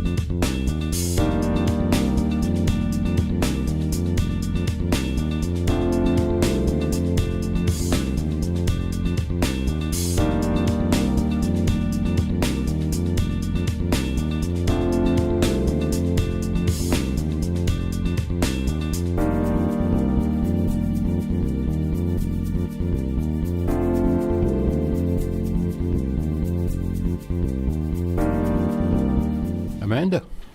Mr. Chairman?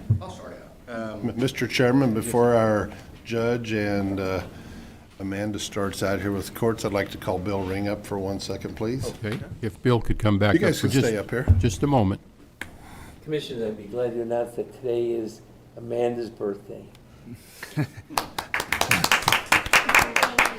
that, we should sing to Amanda. I was the commission director, so. Happy birthday to you. Happy birthday to you. Happy birthday, dear Amanda. Happy birthday to you. Thank you, Mr. Ring. That probably got our 5 viewers on Facebook off. Nothing like starting out fully embarrassed. Thank you all. Thank you, Bill.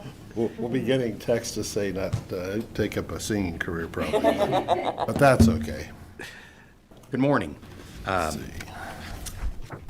asked Amanda if I could accompany her today for budget talks, just to kind of bring the commission to speed on where the courts were at. Because of the COVID-19 crisis, there's been a lot of questions. For instance, I've had people stop me on the street and say, "Hey, when are you going to be open for business?" I said, "We have been open every single day doing business." Now, we have not been open to foot traffic from the public, but we have been manning the phones. We have been doing hearings by Zoom.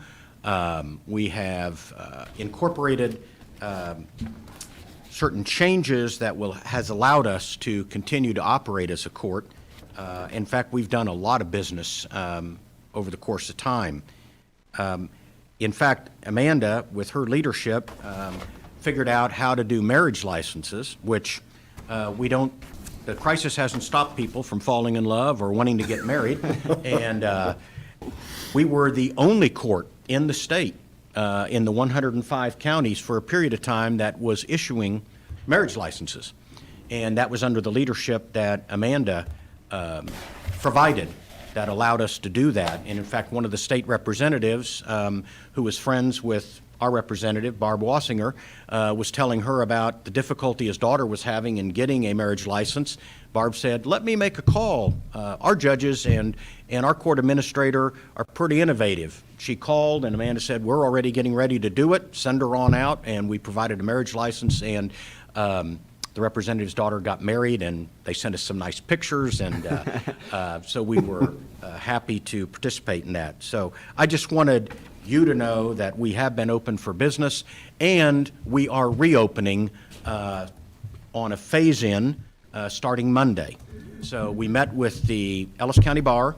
We had a large Zoom meeting this week, and I told them what the steps were going to be on the phase-in plan. I don't think those are going to change, even though the governor has now gone to a phase 1.5, I guess, as of last night. We'll still be in compliance. But starting Monday, we will be using mostly remote proceedings, but we will now start to do some in-person hearings. We've had several defendants who have not waived their right to personally appear, so we'll be able to bring them in and actually do court as in the traditional way, but the majority of our hearings will be done by Zoom. Then starting June 1st, we will continue to do Zoom hearings under the Supreme Court's administrative order, but we're going to resume in-person hearings as well. Our large dockets will start back up, although they'll be modified, so we'll go back to doing traffic docket, limited civil, child in need of care, those kinds of things, the large dockets, but we're going to break those up so we don't have more than 30 people in the courthouse at any one time, and to try to stay in compliance with both the Supreme Court's administrative order and the governor's executive order. And then June 15th, barring any other changes, we'll be back open for business as normal. So just wanted you to be aware that we put those plan in place. We met with the Sheriff's Department yesterday, and security will be back on site starting Monday. I want to compliment the Sheriff's Department, as I did yesterday. They, I can't say enough about the job they do, how easy they are to work with. I mentioned to them yesterday that when I'm at judge meetings and I hear my fellow judges talk about the difficulties they have locally with their different agencies, I tell them, I love working with our local departments. Our sheriff's department, we get along great. If we have an issue, we put it on the table, we get it resolved. They're cooperative, and they look at me with great envy. So we are really blessed in this county, and they deserve a shout out. Not only is her birthday, though, but I also want to tell you that this lady to my left has worked as hard or harder than any court administrator in the state. We were on the cutting edge, innovatively dealing with this COVID crisis, and most of the credit goes to Amanda. She has done a bang-up job, and I just can't thank her enough. And it's just unfortunate that the citizens don't know the amount of energy she's poured into us handling this crisis and how we've been able to continue in our duties and responsibilities to a large extent because of her efforts. So I wanted to come along mostly just to let everybody know in a public way what a great job she's done. And the rest of our staff as well, who have, under her leadership, done a wonderful job for the community. So now, on to budget, I'll turn it over to Amanda, who is the number cruncher on that. Thank you, Judge. Thank you, Judge. Thank you, Judge Brown, for the kind words and for the birthday wishes. Our budget was decreased by the 1% that we were asked to do by the commission. Although it doesn't appear that way on paper, the largest item in our budget is attorney fees. We have, I believe, last year we started with 5 attorneys. Our 5 contract attorneys are Robert Anderson Jr., Alex Herman, Schwartz and Park, Mark Blem, and Curtis Brown was the newest attorney. We added the 5th attorney because we were not able to stay in contract enough, especially in child in need of care cases when you get multiple fathers, grandparents. We were using up the 4 attorneys right away, and those are very intensive cases. The contract attorneys currently get paid $4,622.64 per month to each attorney or firm. If the commission decides to give the 1% COLA increase, their monthly payment will increase by $73.96 to bring them to $4,696.60 per month. The contract attorneys enter into an agreement with the court. We work out the terms, what kind of cases, that they need to produce their hours to Judge Brown, what expenses they can claim. But as far as the price or the amount of money that is allocated to them, that's an agreement that they have always worked out with you. The court does not take any part in that. And historically, the commission has always said, we will give the contract attorneys the same COLA as county employees get. And with that number, that is built into your budget number, is that Yes. correct? Yes, Darren did adjust those figures. Thought so, but not sure. So anything being done with attorney fees, that comes at the direction of the commission, and the county administrator has always taken that. The other large chunks of our budget are witness fees, witness mileage, jury trials. Jury trials are very costly. We did have an increase in jury trials last year. We do have some very large jury trials that were scheduled for this year. Those are probably, at least the very long 3-week one that we have scheduled will be moved probably into 2021. And I think I've approached every commissioner and kind of told them about that we may be coming to you at a later date with some of those issues on that specific trial. Transcripts, interpreters, all of that is paid for directly out of our budget, and those are all statutory fees. I don't anticipate using the full amount of our budget this year in some of the categories. The Office of Judicial Administration and the Supreme Court has put a stop to all in-person conferences. So registration fees will go down. Travel to conferences will go down. Subsistence will go down because we won't be having any of those required trainings that we're going to go to. Yesterday, Tom Dries talked about the new case management system that the 105 counties in the state are going on. Currently, we are slated to go live February of 2021. It is, I believe, an $11 million project for the state of Kansas judicial branch. Our licenses and our system is being paid for by the state of Kansas. None of that comes out of the county's budget. There were some things that had to be made over time when we got on the county's Microsoft 365 that will bring us in compliance with that. But some small software changes. Microsoft Surfaces can be used for the judges as opposed to an iPad. The system's not compatible with Apple, and some stuff like that. We did request as part of that for 2 licenses to be given to the county attorney's office so they can access our system. We won't know until February whether that will actually come to fruition or not. But currently, the county attorney has their own case management system that talks to ours. So that's what Tom was talking about. His system will basically be useless when we go live. So that'll be something that he will need to work out, or the new county attorney will need to work out with the commission as to how they go forward. But I did want to explain a little bit about that. That cost will not be coming out of the county for the courts or the judges or the CSOs. And any questions? With this new $11 million system, how is this going to make your job and Judge Brown's job better? It's going to make, allegedly, Or how about the whole, what's this $11 million we're going to spend, how's it going to make the state of Kansas better than? it is a statewide case management system. So currently, there are 105 case management systems. Although we all run the same system, if an abstractor needs to do their work, or somebody out doing land work or title work for oil companies, they currently have to check all 105 of those courts. Now, when they search Butch Schleier, it is going to pop up all of the cases, all of the pleadings in all 105 counties. We're going to be combined with all of the counties. We will also be able to start WorkShare. I think it is a huge benefit to the state that we have some courts that aren't very busy. We have other courts that are extremely busy. I think Ellis County is one of those. At least in our district, we are the busiest court. And we can farm that work out to other smaller counties so we can keep those smaller courthouses having business and keep access to justice to Kansans. It's a great benefit for the rural counties because with the loss of population, the reduction of caseloads, the fear is that the courthouses will be one of the next things to go.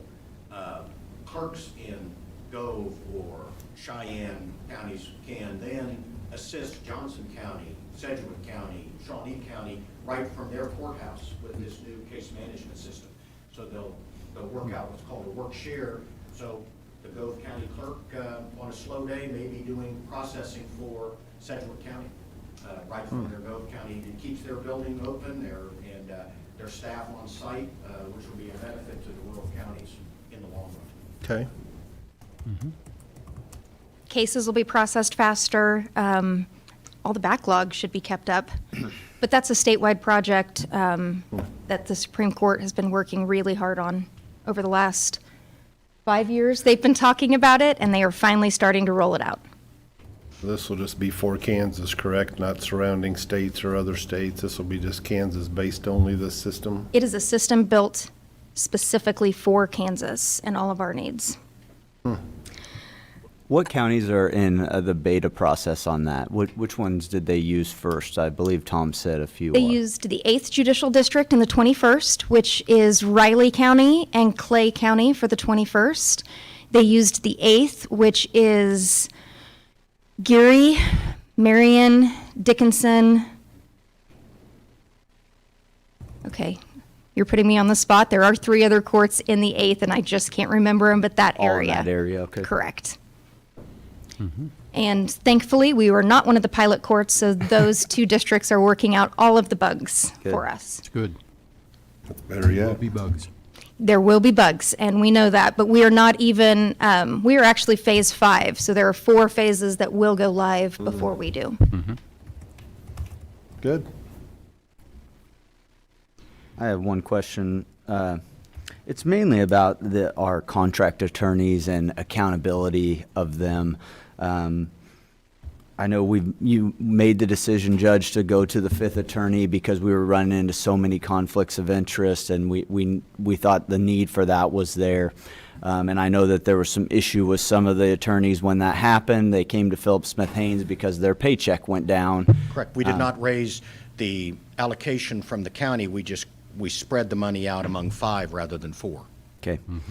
Do you have any indication that you will need more in the future as our county grows, or is that something you just take on a year-by-year basis, or as you start seeing these conflicts of interest? We look at it every quarter. The attorneys are required to send me an accounting of the hours they spend, what the cases are, so I can look at it and basically make sure that the taxpayers' money is being well spent and justified by the time that they're putting in. And since we've added the 5th attorney, we have not had to go out of contract except, I think, one case so far. One time, okay. It's been a real benefit to the budget by doing it this way. And in the long run, if the contract attorneys don't spend as much time on the county contract, they have it available for private business. So it should be a win-win. I know that at first, when you get your paycheck cut, there's a bit of angst, but I think in the long run, it's worked out very well. Now, if we see a huge influx in particularly child needed care cases, what Amanda was saying, where you've got multiple fathers and grandparents and they all are requesting court-appointed counsel, and if they are qualified and we have to appoint, we might, at some point well down the road may have to add additional attorneys, but right now we seem to be functioning quite well. Okay. And the accountability of these attorneys comes from their client. If their client's not happy, is that how they figure out, or we decide whether or not they're doing the job we're paying them for? Well, that's complaints from clients generally run along with the decision I make. In other words, if they come out on top, they're happy, and if I rule against them, it's either the judge or the lawyer's fault. It's Okay. never theirs. But we get some complaints. We take a look at them. We take them serious. I refer them to the lawyer. I'll look at the case and see if there's any justification. Okay. Most of the time, there isn't. But it's just sour grapes. Okay. Type thing. But yeah, we watch. That's why we started this. We never did it before, but we started asking them to provide the quarterly reports because I wanted to see. A lot of these cases are done by the magistrate judges who come in, on a rotating basis. We just get the appeals, particularly on what's called determination cases, where you're terminating parental rights to make children available for adoption. When those Judge Biddle and I handle. But the rest, the day in, day out stuff, the magistrates do. So it gives me a chance to look at the efforts, the hours that the lawyers are putting in, and it's substantial. If you look at an hourly rate, they're not getting overpaid by any stretch. We get our money's worth out of them? Yes, Okay. yes, you are. I'm sure. To be honest, Dustin, one, all complaints about an attorney or anything in general, Judge Brown's rule is it must be in writing. Okay. So if someone calls the court, we say that needs to be in writing, so Judge Brown, You that's the review. first. Okay. And if it's serious enough, then I have an ethical obligation to refer the individual to the disciplinary office in Topeka, and I've had to do that on a couple of occasions because the allegation was serious. Doesn't mean that there were facts to support it, but so we handle it in that manner. Very good. And this contract only pays for county responsibilities, Right. which is misdemeanor, traffic, child in need of care, care and treatment, juvenile offender, once in a while on a domestic case, a child support that could involve incarceration. Right. In other words, if they haven't paid child support and they're in contempt of court and then at that point we could incarcerate them, I'm required by law, by the Constitution, to appoint them counsel. Okay. All felony cases are paid for by the Board of Indigent Defense through the state of Kansas. Okay. And that's a whole separate panel from these. Some of these attorneys do that work as well, but there's another separate panel of attorneys that handle felony cases and felony appointments. And at this time, if, as far as the attorney contracts go, we do have one attorney that is possibly going to be leaving the contract, so Judge Brown will be sending out notice here in the next couple of months to the bar. if anyone is Because he's interested. running for county attorney, so if he's Oh, I got successful, you. he will no longer be on the contract and will hopefully replace him. I did see that name, and I think that was confusing to me because are there two attorneys that are Anderson? They're brothers. Okay. So that's the Brothers. attorney, okay. Oh, they're brothers. They're brothers. One lives here in Ellis County and one lives in Ellenwood. Okay. Okay. Okay, any questions about the budget then? The only other question I have is you talk about these large jury trials. You've talked to me individually about it, the potential of the cost. What's the process when these happen and as we go over budget? How are we going to run with that? It is fluid. There is absolutely no way for us to anticipate how many jury trials we're going to have in a year. Right. It is a constitutional right that they're entitled to.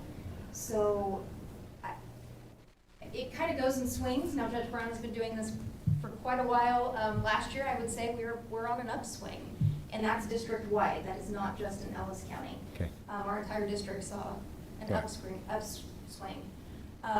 Look, if we run into a situation where we believe it's going to impact the budget significantly, which means you as the caretakers of the money, we're going to come to you in advance. We're going to give you as much notice as possible. We're going to explain why and make sure you're part of the decision-making and process. We can't stop the jury, but we can try to look at ways to manage it from a financial standpoint, and we'll work with you on that. You go way back, and again, I guess I've been at this an awful long time, but if we remember the tragedy that occurred called the Remetta case, which happened out in Thomas County a long time ago, Thomas County had to pass a special bond issue just to pay for the jury trials in that case, because you had those defendants, they all had court-appointed counsel, you had multiple juries, and it was a significant burden on the county, and that's not the only county that's happened in. Now, we've never had that experience here, and I don't anticipate it, but in other words, if we see that on the horizon, you can be assured we'll be back here to warn you in advance and talk about what we can do so it doesn't impact the budget any more than necessary. Sure. But we do have that big civil case that is on the horizon, and that's the one that we're going to have to possibly do some innovation on, right. As far as how we handle it. Darren, do we look at contingency funding when we have those issues, or budget stabilization? Yes, and I'll go back to what the judge said about Amanda. She's very well at communicating, and she calls me a lot. Sometimes I don't like to hear what she has to tell me. It's always money, huh? As you can, we've talked about contingency on and on over the last several months, and some things that would potentially could pay out of it, and with the communications with her, that's why I've been very hesitant to suggest that we spend anything out of there other than the election that we had planned for. So we have that. We have the budget stabilization account that could actually be used. We normally are overall under budget with there is flexibility, but as the case grows and what they're explaining, we have some flexibility, but it all just depends. We just have to make sure we retain Depending on that what happens with this flexibility. COVID, one of the things I've been working on is, unfortunately, more in the other counties, the other three, but even in Ellis County, we have an aging population who are the most susceptible to this particular virus. Right. And, what we've done in the past is we might bring in 150 jurors, cram them in the courtroom for what's called the veneer panel, and to select the 12 that are going to try the case. We won't be able to do that. And we'll either have to break it out into groups, which extends the length of the trial, or may have to look at an alternate off-site facility for purposes of just selecting the jury. And then we're going to have to look at spacing. If we still have the 6-foot social distancing rule in effect, how are we going to do a 12-person jury?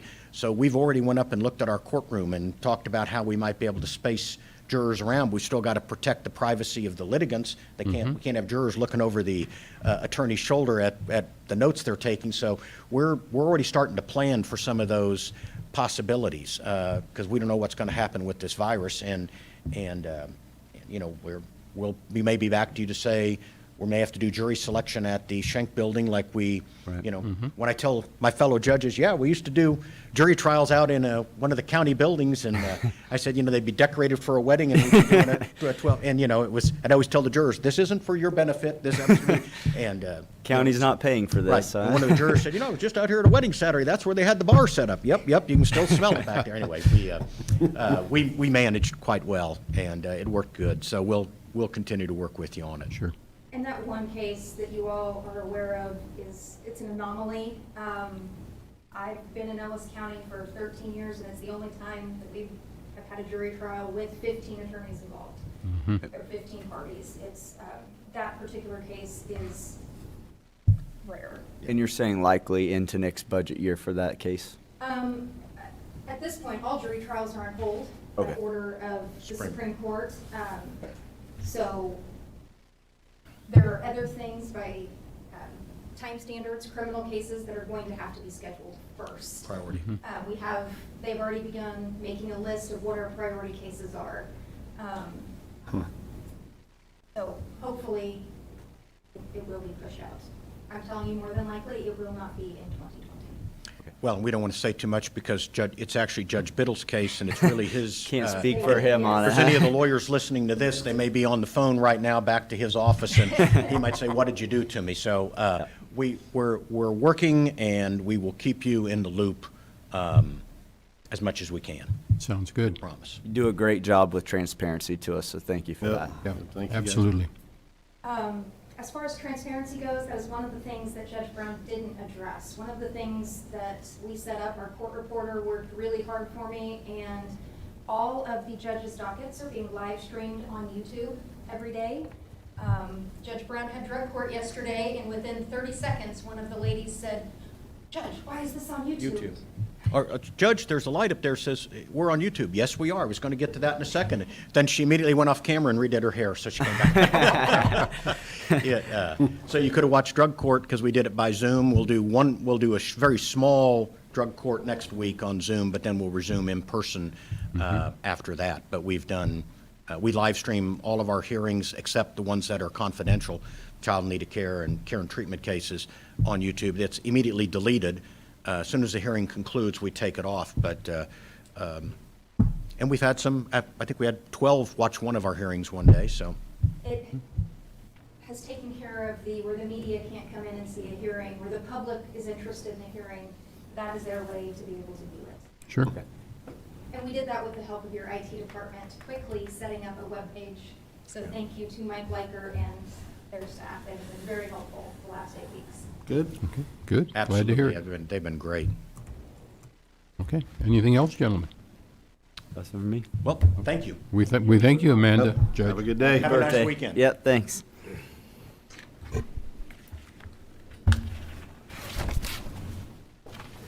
Becky, huh? Okay, Register of Deeds. Becky? What tab we on, Darren? 12. That one's 12, huh? Oh, there we go, yeah.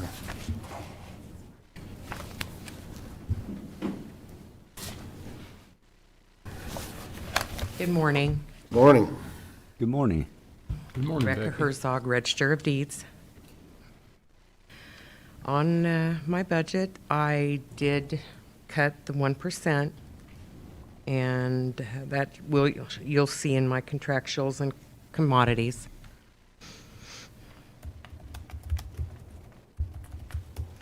What in those two funds, I am able to use my tech fund on certain things, so I was able to cut those. Okay? So that'll help out there. The largest amount was in the insurance and salaries and that.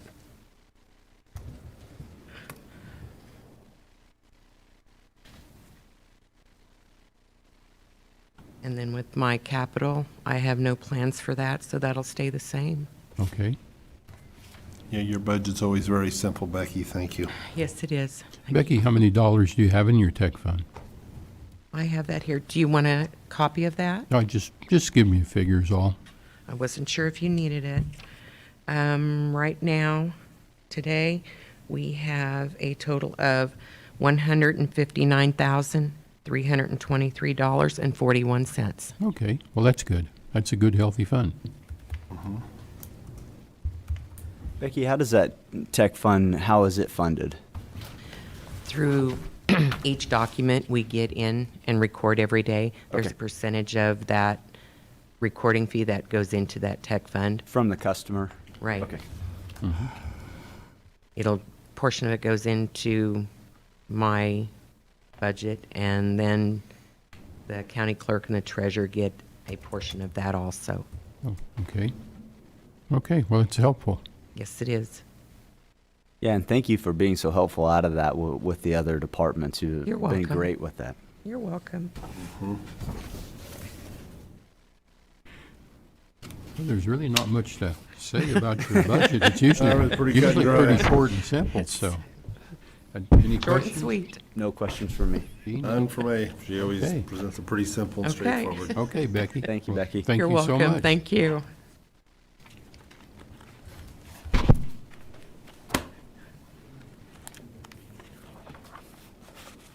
Okay, then we're go down here to 9. Last one, huh? Anybody want a 5-minute break? Say what? Anybody want a 5-minute Do you break? want one? If I could. Okay, we're gonna Go right ahead. take a short 5-minute break. Fire, huh? Yep. Too much coffee.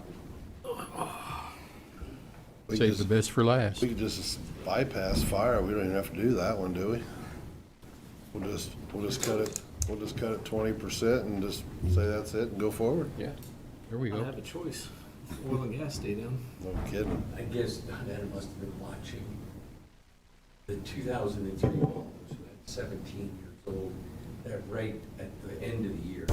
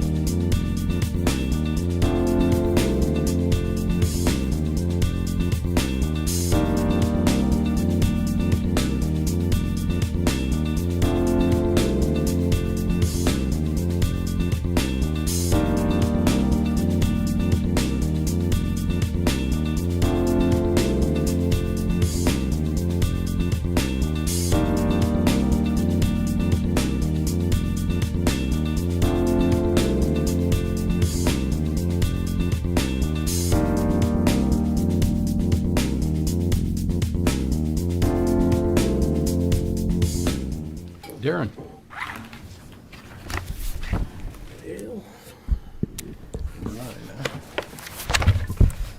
Guess I finally have to talk again. Guess we can just go down the order as the way it's in your packet, starting off with the fire department, county fire. As the commission is aware, this is a completely separate fund than the general fund, kind of like the enterprise fund out at the landfill, except we don't get revenue. We do not charge for the service. That's what we provide for the taxpayers for public safety. But as you can see, there's not a whole lot difference within the budget. Although it was outside the general fund, I still made the attempt, or we still completed the 1% reduction for the budget. However, as you can see on the bottom line of the budget,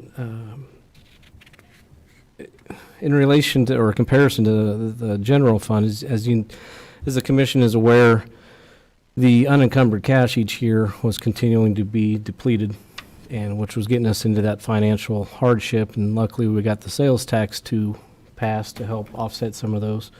However, none of the sales tax that were approved will benefit the fire department, or not necessarily, I guess, have any revenues for it. So the fund for that is continuously being dipped as well. So just like the general fund, I have added a line item in there at the same percentage of what the general fund is for the budget stabilization account. It increases the budget authority, but it's not an item that I'd actually spend.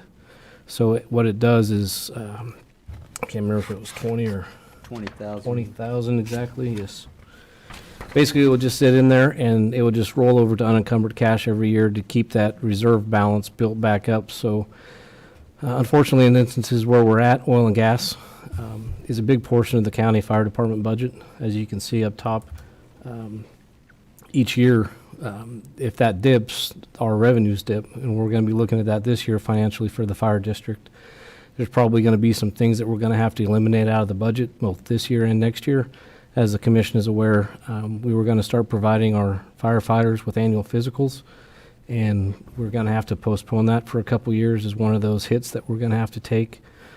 Luckily, fire calls, EMS calls, locally, nationally, have been down, so we'll have some savings there. But overall, didn't really make much changes. Next year was originally 5 years ago, I planned for a 5-year replacement for bunker gear to replace all 90. We had about 90 sets at that time. We only had about 75 firefighters, but I planned financially that it would take 5 years to do that. I didn't take into account that I would be sitting here with 15 to 20 more volunteers than we had at that time. So it's taking an additional year to replace that gear to get everybody into gear. When we first started, the commission may not know, we had individuals in bunker gear that were 27 years old that had never been washed. And if you can imagine how stinky, nasty that stuff can get. Fortunately, we've replaced it. The commission, when we built the emergency services building, we put in a washer and an extractor to be able to clean gear, take care of it longer. And technically, they're only supposed to last by manufacturer recommendations and standards by about 10 years. So we were exceeding that by 3 times. But it is in the budget, continued for next year. I did reduce it a little bit because we don't have to replace as much equipment. It takes about $2,500 to $3,000 in equipment to outfit a firefighter, just in their personal protective equipment. And I still do try to get grant funds each year from the different organizations throughout the state. We just received one at the beginning of the year that we replaced some wildland gear. It was about a $4,000 grant, and it bought about 8 sets of gear, I believe, for the wildland portion of it. But other than that, that's really the biggest change. Expenses go up when fire calls go up. We have to pay the volunteers to come out. It costs more in fuel. It costs, we have equipment repairs. Things break down because they're not in the best environment, as you can tell when they're out working in the fields. But when calls are down, we save money, and luckily this year with oil and gas being down, our fire calls are also been down, so that's going to be able to absorb some of those costs come to later part of the year. But you can never tell. 3 years ago, we burnt over 2 different years about 16,000 acres of wildland fires, and that comes with a lot of expense. Sure. But we budget the same and hope for the best. You know, it's with the fire department side, you can't really have your overhead costs like your full employees because you know that they're going to be working 2,080 hours a year. Here, we are, you know, it's more efficient because you only call them when you need them, but at the same time, you don't know how often you're going to call them. You just kind of have to look at years past. Darren, can you explain the nature of our fire department? How many volunteers and how many full-time employees we have? Yep. So the county is split. It's a lot different. It's different than most counties around us. We have one fire district. That one fire district has, you know, one chief, myself, and one assistant fire chief that are both full-time. The district is split up into 6 different companies. Hayes, Ellis, Victoria, Shinchin, Munger, and Catherine. There are currently, I believe, 88 volunteers. I believe it's 88, and then if you add Lyle and I, it makes it 90. That's been the largest number we've had in years. We continually creep up, which is good. Nationally, that number goes down, and it's been going down for, I believe, since the late 70s. Nationally, we're about half the amount of volunteer firefighters. 70, most of the fire departments in the nation are volunteer. And however, I can't remember the exact numbers off the top of my head. Volunteer departments cover the most area nationally. However, population-wise, we cover the least because it's more rural areas. 6 different companies. Obviously, Hayes, Ellis, and Victoria the same. Hayes runs the most calls. As you can see in the monthly reports, all those are in there, give you information for training. They all operate independently with their own company chief and assistant chief, and then depending on how they are spread out with their numbers, we refer to what's called span of control. So that way, basically what span of control means is one person can effectively manage a certain amount of people. So we split that up from a chief, you know, it's kind of like an org chart going down. So that way, each volunteer reports to one person who reports to one person.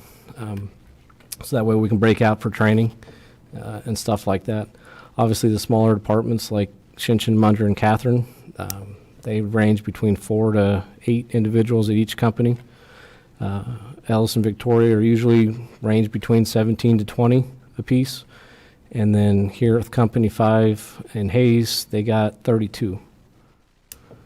And we have been working, we changed that a little bit because as the commission knows, a lot of the people that live outside of Hayes come to work in Hayes, and some of those firefighters that are available and their employees allow them during the daytime hours when they're in Hayes, we have a separate set of gear for them here, so that way if we're short-staffed during the daytime hours, they can hop on a truck and respond out of the Hayes station, even though they live in Ellis or Victoria. We have some that do both. That's kind of a brief overview of how it's operated, how many companies and personnel we have. Questions? I have none for Darren. Thank you, Butch. Dustin? Darren, what's this lease purchase agreement? What vehicle is that? So when I first started 5 years ago, I believe we had 5 different leases, and they ranged from SCBAs that were purchased before my time, 2 tender trucks that were purchased, 2 fire trucks in Munger and Shinchin, and whatever that all adds up to. Okay. And then several years ago, we replaced all the public safety radios in the county, and at that point, since it was fire department specific, it was not a budgeted line item. We did that for everybody else in the county through the general fund, but we kept that expenditure for our radios in the fire district fund. So after this year, that is the only lease that we have left in the fire department that has to be paid, and I believe there'll be 3 more years. I'm a firm believer in paying cash for projects and not necessarily leasing it. Okay. So that's why those leases have gone away, and we budget to replace the truck and pay cash with it. We try to budget each year, and that's why you see, if you see over the years, the transferred reserves have been basically offset from what we estimate. I have a big capital plan. It's a 25-year capital purchase plan that replaces all the equipment within the fire department, and it shows how much they're bought, how much they're expected to be paid in 20 to 25 years when we replace them. That's just an estimate. We have no idea. Right. It's just like a Caterpillar or a grader. It's $250,000 a couple of years ago. They go up 6-7% each year. Fire trucks are more expensive than graders, unfortunately. You'll see some fire departments spend $600,000 on a fire engine. Ladder trucks, which hopefully we never have to purchase, but they're north of $1 million a piece.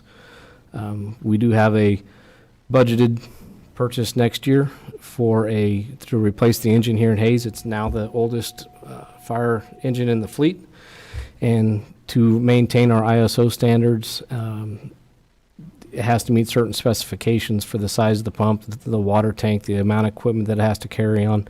And I believe that purchase was right at like $330,000 is what we're expecting. I'm not sure that we're going to be able to do that. It's not going to be fancy like you see on a city fire truck. It's going to be, has to be four-wheel drive chassis for the environment that we work in. Getting a 4-person cab is a part of it, and it has to have a larger water tank. And it's, like I say, there's a lot of standards, and you have to have a certain amount of space on the vehicle to put the equipment. It's just like an ambulance. There are certain things you have to have on there for the type of work that they do. There's a standard for the ISO for the amount of equipment that is supposed to be on there as well. So that's kind of how all that works. But all that is in there, and if you see that the budget for transfers to reserves over the last couple of years have increased, but you've also seen the lease amount payments decrease. So when the leases go away, transfers to reserves go up to help fund those projects in the future years. So we're at 29,553 next budgeted year. That's just one lease payment for the public safety radios, and that's the only one left. When's that one finished? There's 3 more payments. 3 more? We've made Okay. 2, and that will be the third, and there'll be 2 after that. So okay, very good. And That's all from me. then when that goes away, that basically that 29,000 will be it will be deleted from that line item and added to the transfer to reserves line item. And the way that budgeted is, it's basically about, I think this year, $202,000, and each year it raises about $2,000 a year to help with inflation. Right. And to make those purchases. 'Cause it's not just fire trucks. If you look at, we're gonna have to replace PPE again in the future. That alone, if we bought it all outright, I believe at the price rate that we looked at now is about $286,000 alone, just for the the fire gear. You got fire hose that is, you can only have it in place a certain amount of time. We replace it when it goes bad. Hydraulic rescue tools. As you can see in our monthly reports, this month changed a little bit, but that's usually our highest percentage of calls that we go on, or motor vehicle accident. Those rescue tools, they're changing, which is nice. This jaws of life, I guess, is people usually refer them to. I call them cutters and spreaders. It's just what they're actually doing, but they've changed the design, and they've went to hydraulics, so you don't have a pump, a gas pump, carry your hose, and then you have your tools on the end of it. It's all hydraulics now. It's all internal, run by basically a battery, just like your cordless drill does. You would never believe that you could be able to cut a car up. I've used some hydraulics at a rescue training course, and I've actually literally cut a car in half on one battery using one tool. So the technology's neat, but it's also expensive. But those tools are about $20,000 to $30,000 a piece, and they do go bad, and they do get old. But that's all. We try to have one of those per company, essentially, or Ellis, Hayes, and Victoria have 3 companies that have rescues. Okay. And so Hayes, Ellis, and Victoria each have a rescue. They've all just been replaced in the last 3 years. And we do have one backup set, which is used out at the RPM Speedway, so that way we don't take a truck out of service. One of the first ones that gets reused, that was one of the first ones that was purchased for the county, and I believe that was all the way back into the 80s. And the cutting, when you start cutting up and extricating vehicles, cars today are a lot different than they were 20, 30 years ago. The tungsten steel, the boron, the different things that we have to cut, you have to have higher PSIs, different tools. To be able to cut through those, the strength of your blades, so you don't fracture and break metal. The technology changes, which forces us to have to be able to change how we operate to take care of those things. Interesting. I'm probably getting way too far in the weeds, but I don't get to talk about the fire department as much anymore, so This it's your kind of nice to baby. get back into it. Okay, we'll move on to emergency management.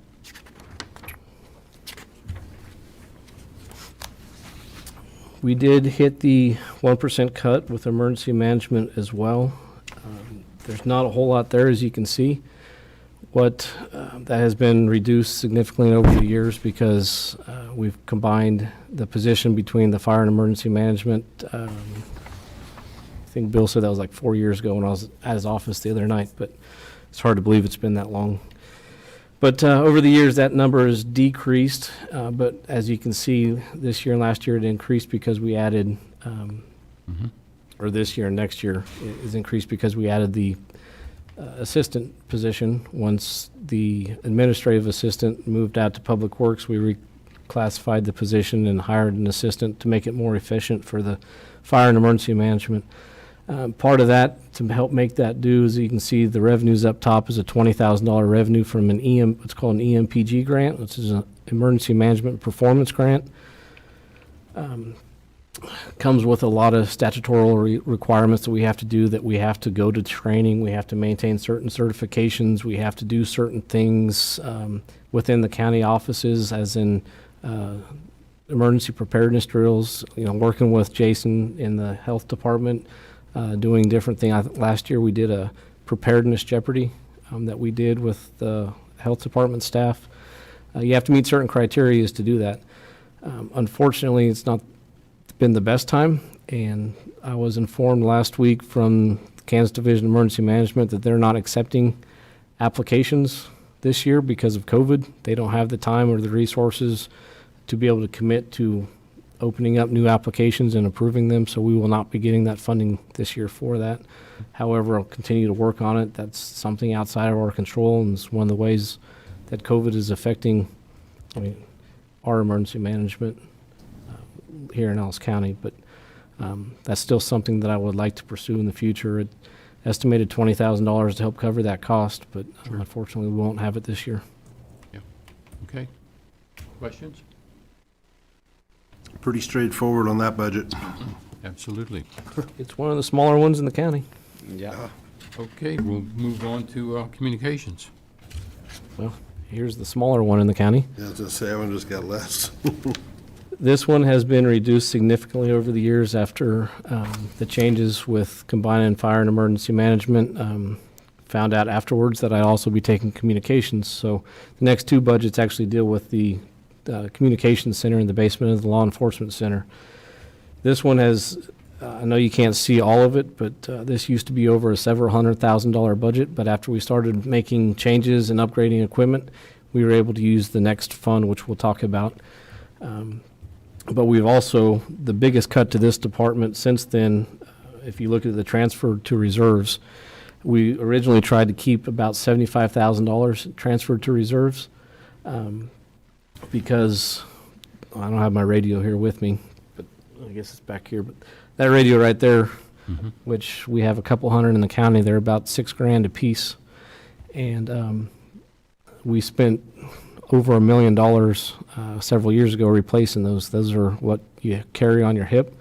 You have one in each public safety vehicle. That's ambulance, SO, fire, and then all the equipment that those are tied to down in the dispatch center. So that original number was $75,000. Over the years, we've had to cut it because of budget decreases. One thing that I will add, that we are currently using that reserve to help fund in the future, actually ties into, I didn't want to steal any of Amanda's thunder when she was talking a little bit ago, but they're putting that new system in, case management system into the courthouses across the state. But one thing that we're trying to look at in coordination with that to help us is a new computer-aided dispatch center down in the dispatch, in the center. What that does is helps the dispatchers, once they receive the call, it compiles all the information.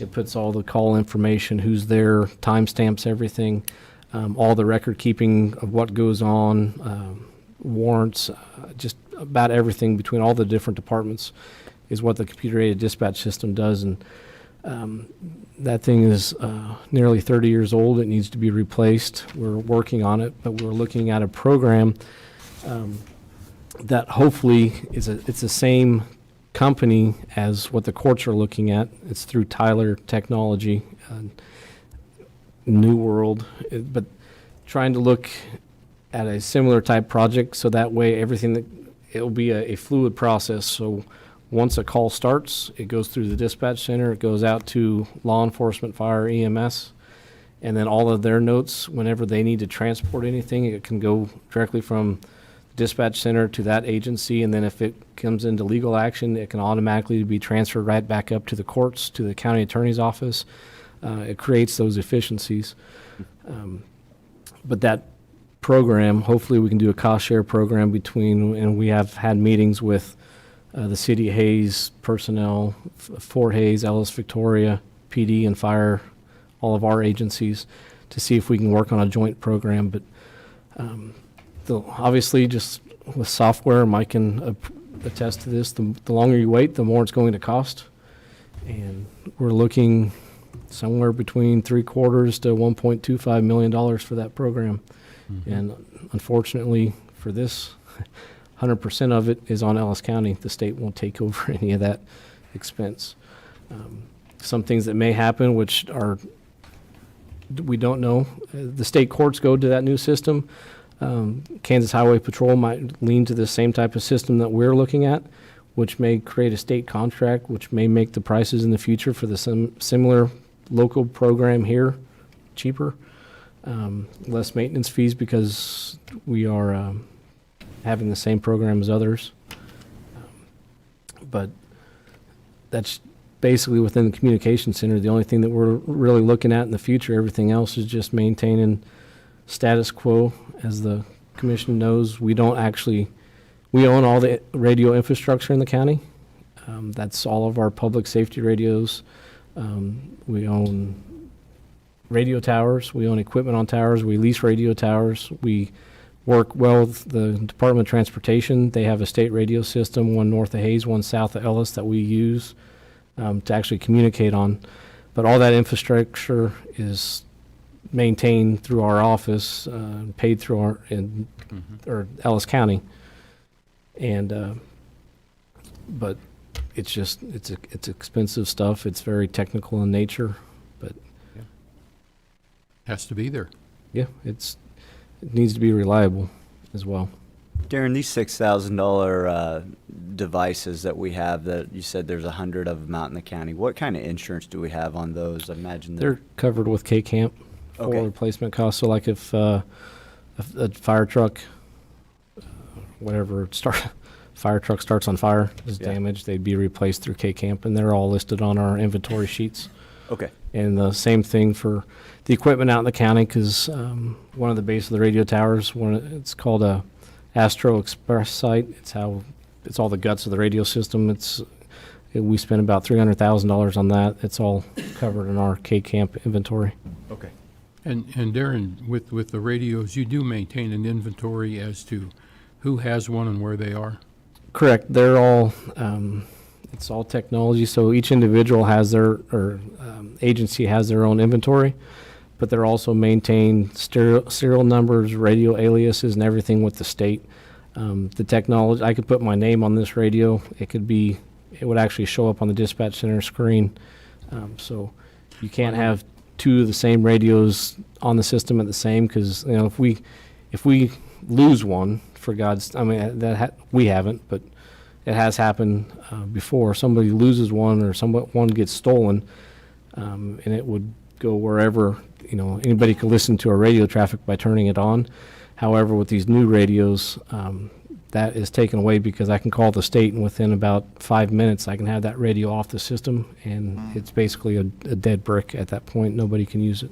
Well, I know several years ago, the Board of Commissioners tried to do an inventory on the radios, and it was very, very troublesome trying to find out how many there were and just who even had them.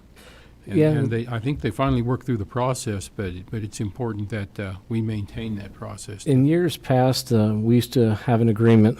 We still have an interlocal agreement between the city, but Ellis County used to own every single radio in the county, no matter, and we paid for them and gave them to basically Hayes Fire Department, Hayes PD.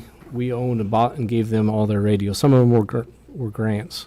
However, those have changed over the years because there's no way Ellis County could maintain and replace all of their radios as well.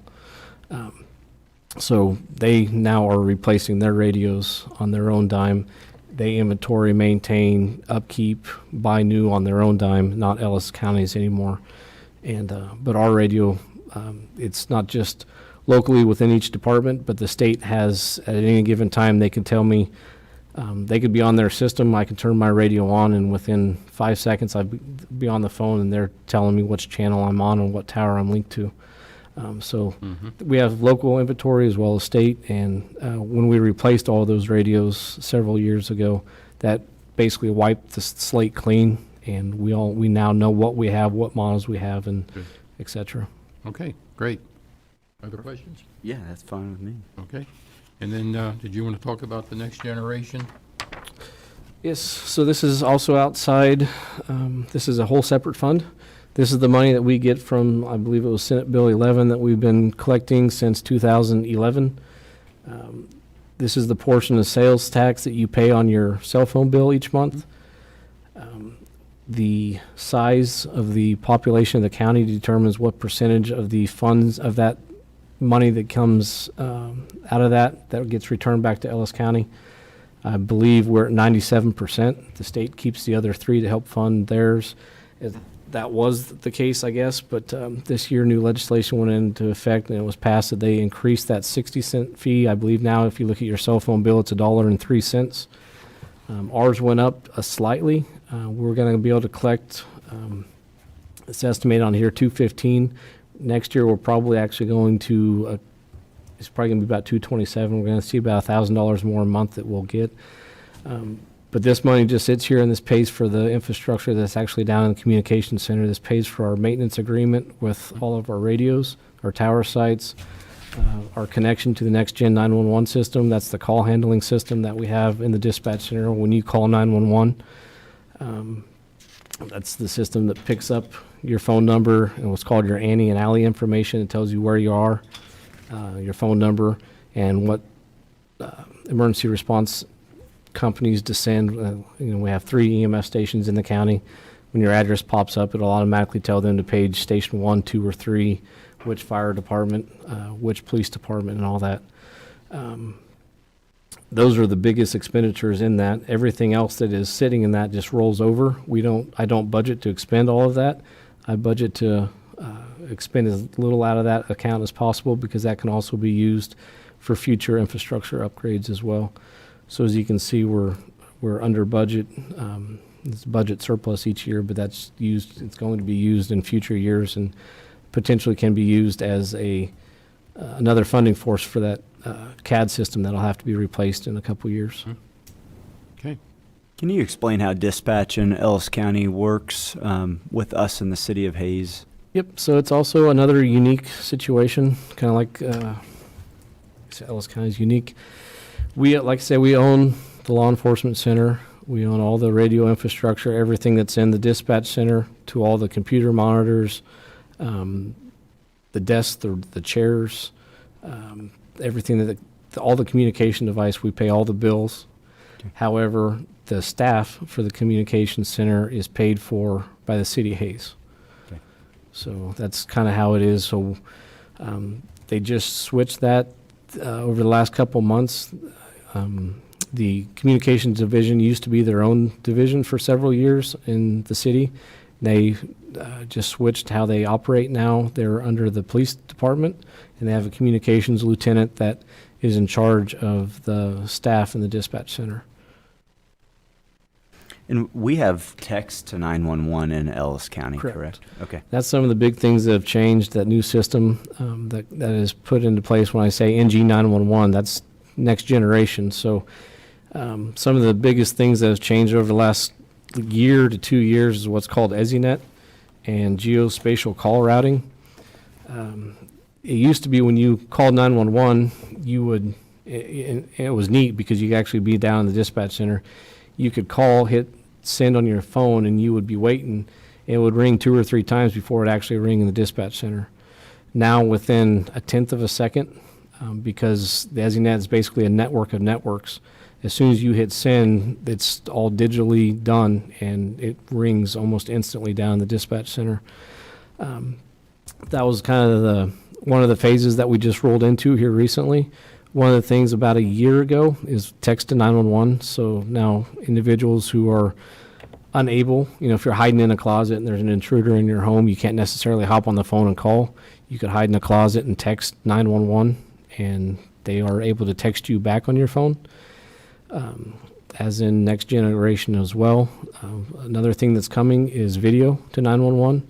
So we've had it in the past, car accidents out in the county where individuals don't know where they are in the county because they're not out there for the right reasons. They get in a car accident, they have no idea where they're at, but they may be able to hop on their phone and do a panoramic view of where they're at, and that can help us locate their position. Part of going back into that CAD system would implement mobile data terminals within the vehicles. That information can be immediately shared to law enforcement or EMS, so that way not just the people in the dispatch center can look at those videos, but it can also be shared to law enforcement, fire, and EMS that's out in the field to help do different things like that. So that, like I say, as technology changes, we're almost forced and have to change with it. Yeah. Meet the expectation of the public. Interesting. I'm glad we're at least at the cutting edge of that in Ellis County. Okay. That's all I got. Okay, Commissioners, talking to Darren yesterday, on June 1st, we want to make sure we put the final touches on the county department budgets. June 8th, we'll be looking at the outside agencies. And then Darren will get everything compiled. I think for June 1st, we need to give some consideration back to the appraiser's budget. We never really came to a resolve on just what we're going to approach there, so Okay. we'll have to talk about that one some more. Okay. And any other questions you'd have about other budgets is what we'll approach then on June 1st, so. Sounds good. Okay. Yep. Thank you. Yep, thank you. And with that, we will adjourn at 10:59. There you go. I said by 11. You did?